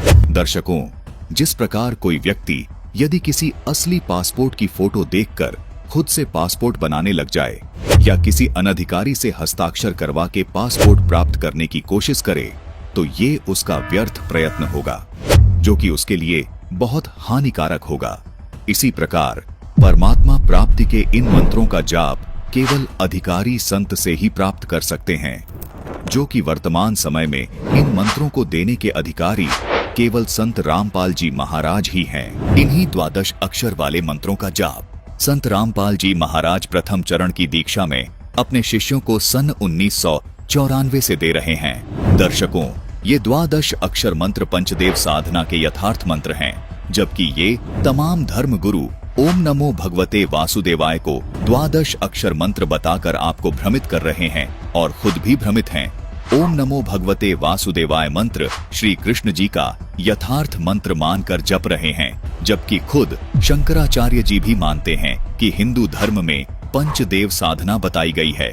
कोई धर्म गुरु केवल श्री कृष्ण जी का प्रणाम वाक्य ही बोल रहा है, कोई शिव जी का प्रणाम वाक्य ही बोल रहा है, जबकि दूसरी ओर संत रामपाल जी महाराज श्री कृष्ण जी उर्फ श्री विष्णु जी के सहित ये पंचदेव साधना की यथार्थ भक्ति बता रहे हैं। इन धर्म गुरुओं ने जीवन भर आपसे ओम नमो भगवते वासुदेवाय, ओम नमः शिवाय आदि प्रणाम वाक्य जपवाए हैं, लेकिन श्रद्धालुओं को कोई लाभ नहीं मिला। इसका कारण है कि ये यथार्थ मंत्र हैं ही नहीं। आपकी पुकार इन देवी देवताओं तक पहुंच ही नहीं रही। दर्शकों, इसको एक उदाहरण के माध्यम से समझने की कोशिश करते हैं। मान लीजिए आपको किसी मंत्री से लाभ प्राप्त करना है। अब उस मंत्री से लाभ प्राप्त करने के लिए या तो आपको उसके कार्यालय जाकर उनसे रूबरू होकर अपना कार्य करवाना होगा, या आप उनसे मोबाइल पर कॉल करके अपना कार्य उनसे करवा सकते हैं। अब यदि कोई व्यक्ति उस मंत्री का खास बनकर आपको किसी साधारण व्यक्ति का नंबर दे दे या कोई गलत नंबर दे दे, तो आप उस नंबर से कोई लाभ प्राप्त नहीं कर पाएंगे। आज इसी प्रकार इन धर्म गुरुओं ने इन देवताओं रूपी मंत्रियों के आपको गलत नंबर दे दिए हैं, जिसको आप जिंदगी भर डायल करते रहें, लेकिन कोई लाभ नहीं मिल पाएगा। आप जब तक उनकी साधना का सही नंबर डायल नहीं करेंगे, तब तक आप उनसे अपना कोई कार्य सिद्ध नहीं करवा पाएंगे। इन देवताओं के सही नंबर अर्थात वास्तविक साधना के मंत्र संत रामपाल जी महाराज के पास हैं। सभी प्रमाणित संतों ने पंचदेव साधना के इन्हीं मंत्रों का जाप किया है जो संत रामपाल जी महाराज बता रहे हैं। पंचदेव साधना के ये 12 अक्षर मंत्र विश्व कल्याण के लिए कितने महत्वपूर्ण हैं, आइए जानते हैं। भविष्यमालिका पुराण में लिखा है कि 2032 तक पूरे विश्व में सत्य सनातन धर्म प्रतिष्ठित हो जाएगा। ऐसा ही संकेत कबीर परमात्मा ने कबीर सागर में किया है कि सारा संसार सत्य भक्ति अपनाएगा और आदि सनातन धर्म पूरे विश्व में प्रतिष्ठित हो जाएगा। दर्शकों, आदि सनातनी पूजा के प्रथम चरण की ये पूजा ही विश्व में सनातन धर्म प्रतिष्ठित करने में अहम भूमिका निभाएगी। दर्शकों, आज विश्व के सभी प्राणी बेशक अलग अलग धर्मों में बटे हुए हैं। विश्व के सभी मानवों यानी स्त्री व पुरुषों के शरीर की संरचना एक जैसी है तथा इनमें बने कमल भी एक जैसे हैं। प्रत्येक साधक को परमात्मा प्राप्ति के लिए और मोक्ष प्राप्त करने के लिए इन्हीं कमलों से होकर गुजरना होता है। इन 12 अक्षर वाले मंत्र का जाप करने से ये कमल अपने आप खुल जाते हैं। हठ योग करने की कोई आवश्यकता नहीं है। जिस प्रकार ऋषि जन पहले हठ योग करके इन कमलों को खोलने का प्रयत्न करते रहे, जबकि कमलों को खोलने की आसान अवश्रेष्ठ विधि ये है जो संत रामपाल जी महाराज ने बताई है। यही विधि कबीर परमात्मा जी ने अपने शिष्य धर्मदास जी को बताई, अपने शिष्य गरीबदास जी को बताई। यही विधि बाबा नानक जी को तथा उन तमाम महापुरुषों को बताई जिनको कबीर परमात्मा स्वयं आकर मिले। इसी विधि से इन महापुरुषों का मोक्ष हुआ। इन सभी महापुरुषों ने अपने ग्रंथों में इस 12 अक्षर मंत्र को लिपिबद्ध कर दिया था, जिसका प्रमाण आपको संत रामपाल जी महाराज ने प्रमाणित करके दिखा दिया है। दर्शकों, विचारणीय विषय ये भी है कि यदि आज के वर्तमान धर्म गुरुओं के अनुसार यदि भक्ति साधना की जाए तो विश्व कल्याण नामुमकिन है, क्योंकि जो साधना मुस्लिम धर्म में बताई जा रही है वो हिंदू धर्म में तथा अन्य धर्मों में नहीं बताई जा रही। इसका मतलब हिंदू समाज का तथा अन्य धर्मों के लोगों का मोक्ष होना असंभव है। इसी प्रकार जो साधना हिंदू धर्म के धर्मगुरु बता रहे हैं वो साधना मुस्लिम धर्म व अन्य धर्मों में नहीं बताई जा रही। इसका मतलब मुस्लिम समाज के लोगों का तथा अन्य धर्मों के लोगों का मोक्ष होना असंभव है। वास्तव में सच तो ये है दर्शकों कि किसी भी धर्म के धर्म गुरुओं के पास विश्व कल्याण का तथा पूर्ण मोक्ष मार्ग का यथार्थ भक्ति का 12 अक्षर मंत्र नहीं है। केवल संत रामपाल जी महाराज ही विश्व में एकमात्र ऐसे संत हैं जो विश्व के संपूर्ण मानव समाज के लिए सभी धर्म ग्रंथों में प्रमाणित भक्ति को पूरे मानव समाज के लिए दे रहे हैं। इसी भक्ति से संपूर्ण मानव समाज का कल्याण हो सकता है। जैसे कबीर जी ने सभी धर्मों की पुण्य आत्माओं को ये सत भक्ति देकर मोक्ष प्रदान किया था, ठीक वैसे ही आज संत रामपाल जी महाराज हर धर्म के धार्मिक लोगों को ये यथार्थ भक्ति प्रदान करके मोक्ष का अधिकारी बना रहे हैं। ये पंचदेव समान रूप से विश्व के सभी प्राणियों के शरीर में बने इन कमलों में विद्यमान हैं। इन पंचदेव को प्रसन्न करने का तथा पूर्ण लाभ प्राप्त करने का ये एकमात्र 12 अक्षर मंत्र है जो जाप करने का है। संत रामपाल जी महाराज इस 12 अक्षर मंत्र का जाप दिन में कम से कम 108 बार अपने शिष्यों को जपने का निर्देश देते हैं, जो विश्व में केवल एकमात्र संत रामपाल जी महाराज ही दे रहे हैं। संपूर्ण विश्व के प्राणी इस 12 अक्षर मंत्र की जब साधना करेंगे तो चारों ओर खुशहाली और भाईचारा कायम होगा। पूरा विश्व एक हो जाएगा और आदि सनातन धर्म पूरे विश्व में प्रतिष्ठित हो जाएगा। सभी मानवों के जीवन से दुख हमेशा हमेशा के लिए खत्म हो जाएगा, क्योंकि इस द्वादश अक्षर मंत्र में इन पंचदेवों की शक्ति सामूहिक रूप से कार्य करती है। संत रामपाल जी महाराज के अथक प्रयासों से ये शास्त्र प्रमाणित ज्ञान तेजी से विश्व में फैल रहा है। आदि सनातनी पूजा के प्रथम चरण की ये भक्ति पंचदेव से मिलने वाले लाभों को प्रदान करने वाली है तथा संपूर्ण भक्त समाज के लिए संजीवनी है। आदि सनातनी पूजा के 3 चरण होते हैं। प्रथम चरण की साधना में इन पंचदेव की साधना के मंत्र होते हैं। उसके बाद दूसरे चरण की साधना, जो कि सनातनी पूजा भी कहलाती है, इसके मंत्र होते हैं ओम तत्। यहाँ तत् सांकेतिक मंत्र है। उसके बाद तीसरे चरण की साधना आदि सनातनी पूजा कहलाती है। इसके मंत्र होते हैं ओम तत्सत। यहाँ तत् और सत सांकेतिक हैं। भक्ति साधना के इन 3 चरणों को आप इस प्रकार समझें, जैसे प्रथम चरण की साधना, जो कि पंचदेव पूजा है, उसको आप प्राथमिक शिक्षा जाने, अर्थात 5वीं कक्षा तक की पढ़ाई जाने, जिसके पढ़ने से आपको आपके जीवन में केवल आंशिक लाभ प्राप्त होते हैं। लेकिन प्रथम चरण की ये साधना भक्ति मार्ग में बेहद महत्वपूर्ण है। जिस प्रकार 5वीं कक्षा तक की पढ़ाई पूरी किए बिना 10वीं 12वीं तक की पढ़ाई नहीं की जा सकती, इसी प्रकार प्रथम चरण की ये पंचदेव साधना किए बिना दूसरे व तीसरे चरण की साधना नहीं की जा सकती। दूसरे चरण की साधना, जो कि सनातनी पूजा है, ये गीता अध्याय 15 के श्लोक 16 में बताए क्षर और अक्षर पुरुष की पूजा है। इसको आप उच्च शिक्षा, अर्थात इसको आप 10वीं तक की कक्षा की पढ़ाई जाने, जो आपको प्राथमिक शिक्षा से कुछ ज्यादा लाभ देती है। तीसरे चरण की साधना, जो कि आदि सनातनी पूजा है, गीता जी अध्याय 17 के श्लोक 23 में भी इसका वर्णन है। ये गीता अध्याय 8 के श्लोक 3 में बताए परम अक्षर ब्रह्म की पूजा है। इसको आप सर्वोच्च शिक्षा जाने, जो कि आपको सब सुख और लाभ प्राप्त करवाती है। दर्शकों, केवल संत रामपाल जी महाराज ही आध्यात्मिक मार्ग की भक्ति साधना इस प्रकार 3 चरण में पूरी करते हैं। दर्शकों, आपको यहाँ ये भी शंका हो सकती है कि इस द्वादश अक्षर मंत्र को एक नाम अर्थात एक मंत्र क्यों कहा जाता है, जबकि ये तो अलग अलग देवी देवताओं के 5 नाम हैं।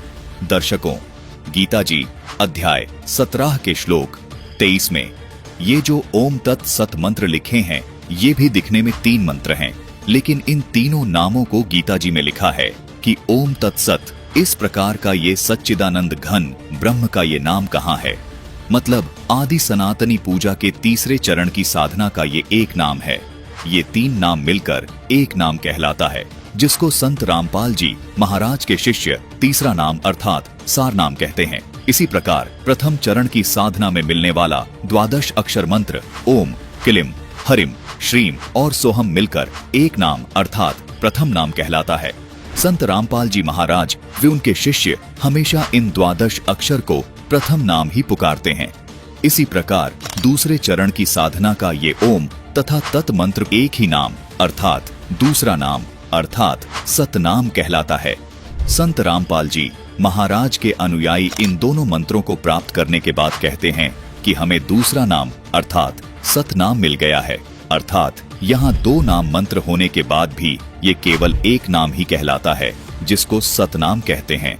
इसी प्रकार तीसरे चरण की साधना का ये ओम तत् सत मंत्र मिलकर भी एक ही नाम कहलाता है, जिसे संत रामपाल जी महाराज के अनुयायी सार नाम कहते हैं अर्थात तीसरा नाम कहते हैं।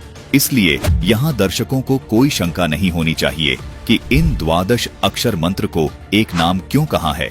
दर्शकों, ये द्वादश अक्षर मंत्र मिलकर एक ही नाम कहलाता है। संत रामपाल जी महाराज इस प्रकार अपने शिष्यों को सनातनी पूजा के तीनों चरण की साधना का प्रथम नाम, दूसरा नाम और तीसरा नाम देते हैं। संत रामपाल जी महाराज पंचदेव पूजा और सनातनी पूजा के ये मंत्र सन 1994 से और आदि सनातनी पूजा के ये मंत्र 1997 से अपने सभी शिष्यों को दे रहे हैं।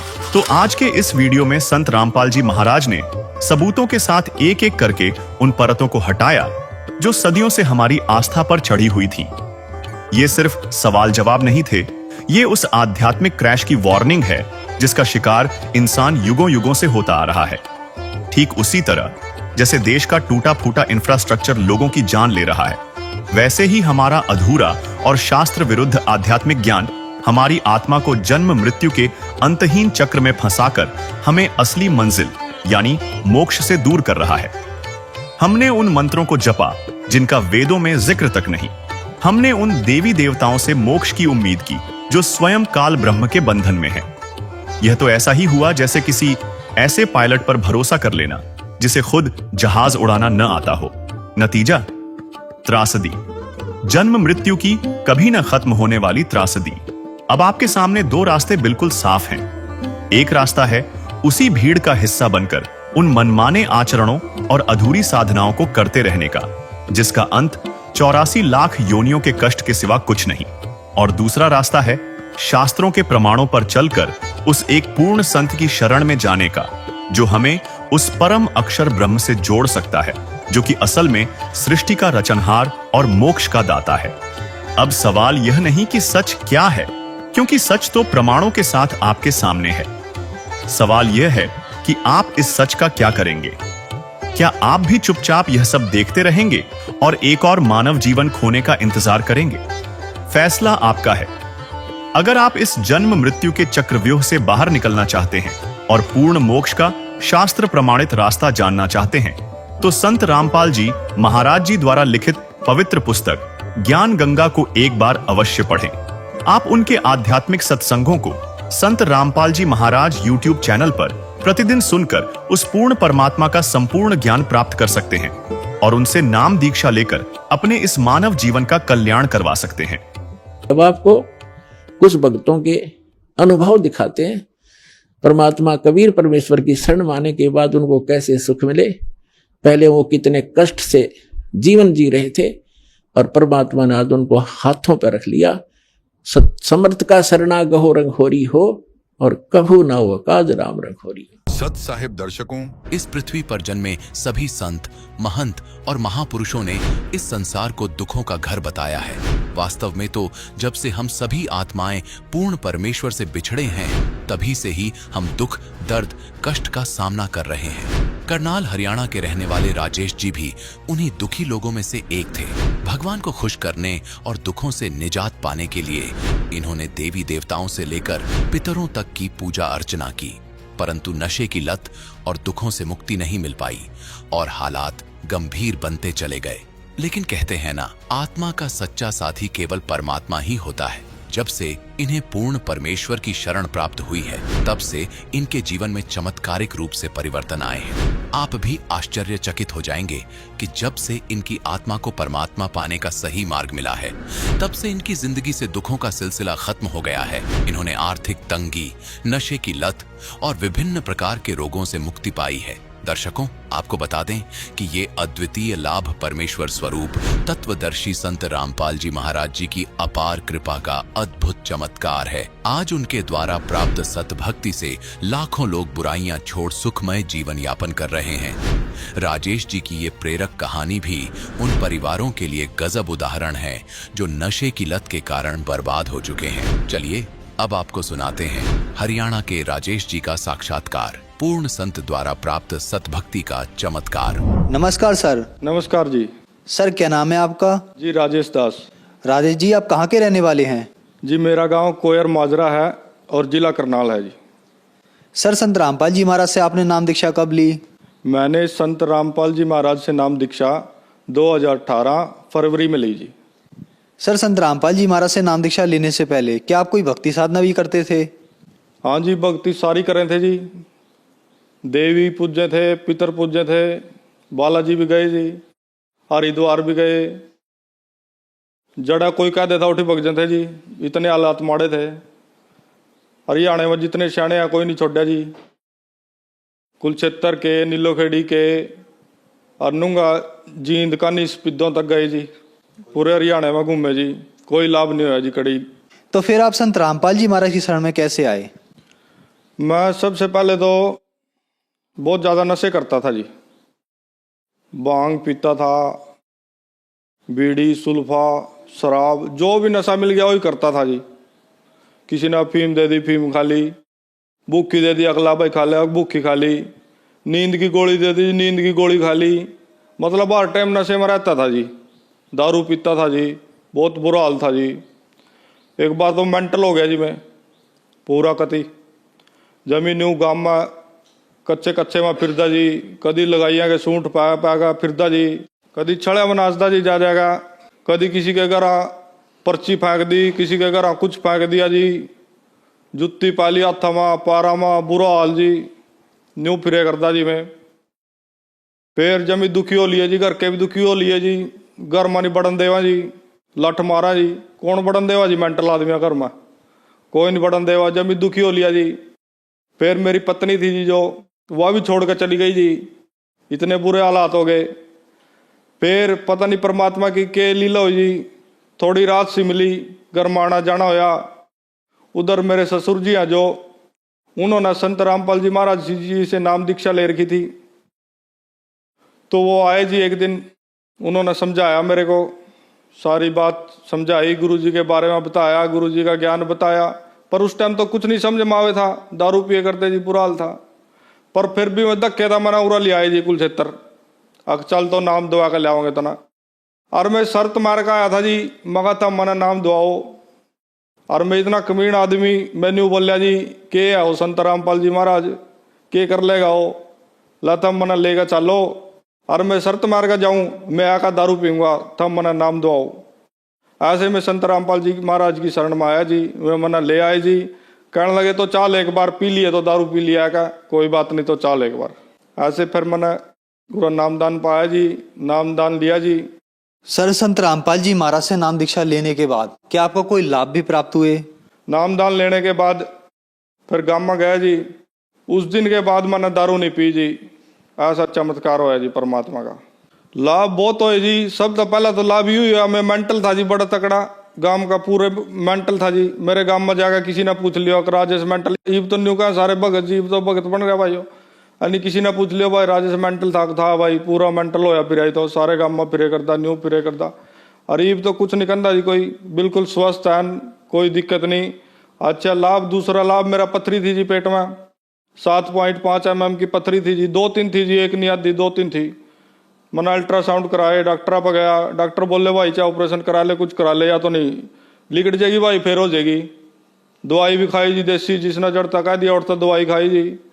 मेरा मतलब आए महीना दर्द हो रहा था जी, एक हफ्ता मैं काम पर नहीं जाऊँ था, एक हफ्ता पूरा दर्द रह रहा था जी, चाहे मैं टिक्के लगवाऊँ, चाहे मैं गोली खाऊँ, चाहे कुछ करूँ जी, मेरा दर्द नहीं बंद हो था जी एक हफ्ते था पहला। फिर संत रामपाल जी महाराज जी का नाम लेने के बाद मेरा बोर्ड का दर्द नहीं होया जी, ना वो पथरी रही जी, केबरा कड़ा गई जी, मना नहीं बेरा लगा उसका, कड़ा गई जी वहाँ। तीसरा जी मेरे कोठे ऐसे थे जी, एक कोठा था जी मेरा कमरा घर का रहने का, जिसमें रह कर दे, उसी में ही बनाए कर दे जी, उसी में खाए कर दे, सारा ही सामान उसी में था, मतलब एक पैर धरने की जगह नहीं थी जी। अच्छा वो टुपके करता जी, ऊपर तक कट्टे बांध बांध का काम चला रखा था। ये परमात्मा ने ऐसी दया करी जी, लंटर वाले मकान बनवा दिए, बढ़िया फर्श लगा दिया जी, सारे काम एसी फैसी टिच पिच करवा रखा सारा काम जी। मेरा लड़का जी रोहित, उसका दौरा पड़े करता जी, दौरा पड़े करता तो वो बंद हो गया जी, रामपाल जी महाराज जी का नाम लेने के बाद वो बिल्कुल बंद हो गया जी। और आज बिल्कुल काम है, सोना काम चल रहा है जी, बढ़िया, बल्कि मैं सरकारी ठेकेदारी का लाइसेंस बनवा लिया जी, मना परमात्मा की पूरी दया हो रही जी।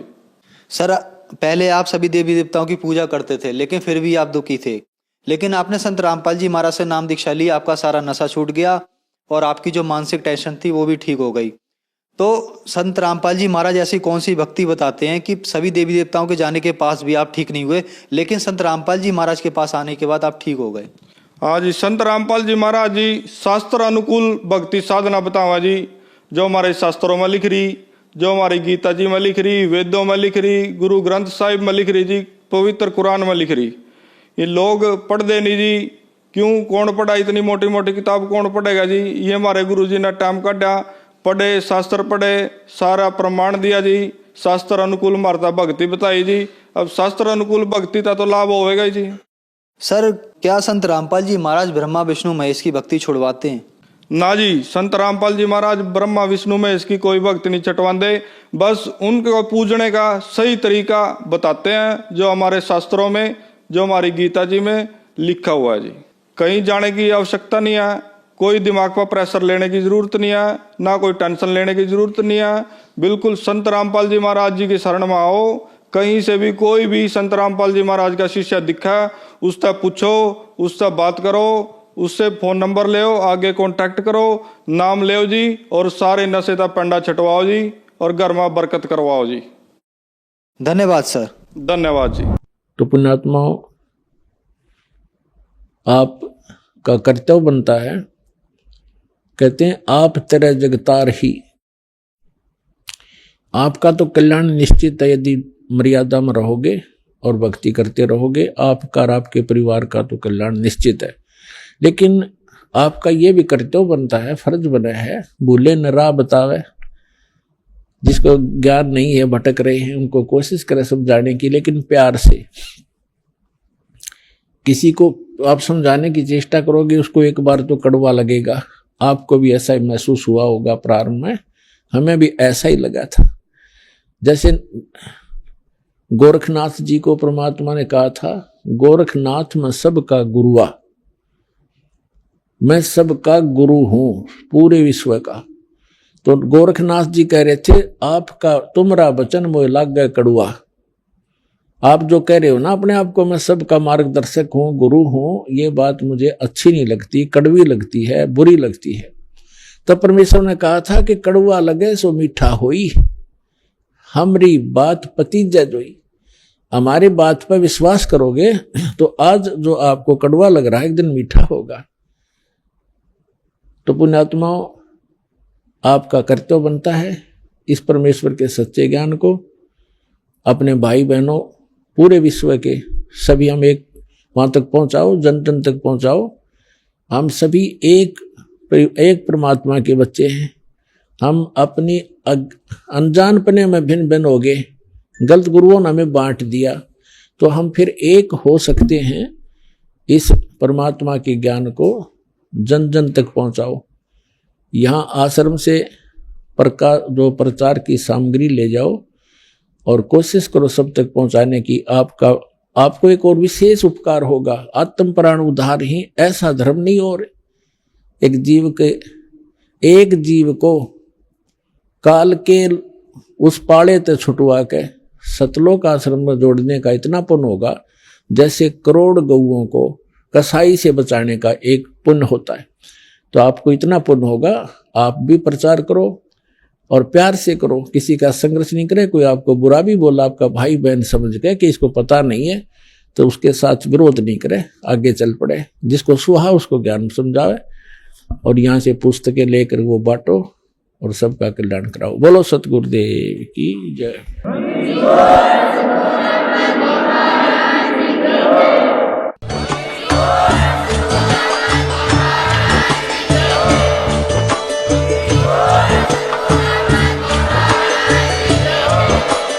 आप सुन रहे थे जगत गुरु तत्वदर्शी संत रामपाल जी महाराज जी के मंगल प्रवचन। अधिक जानकारी के लिए विजिट कीजिए हमारी वेबसाइट www.jagatgururampalji.org। संत रामपाल जी महाराज जी के शुभ आशीर्वाद से पूरे विश्व भर में 500 से भी ज्यादा नाम दीक्षा केंद्र हैं, जिन पर संत रामपाल जी महाराज जी द्वारा ऑनलाइन निशुल्क नाम दीक्षा दी जा रही है। अपने नजदीकी नाम दीक्षा केंद्र का पता करने के लिए संपर्क करें 8222880541।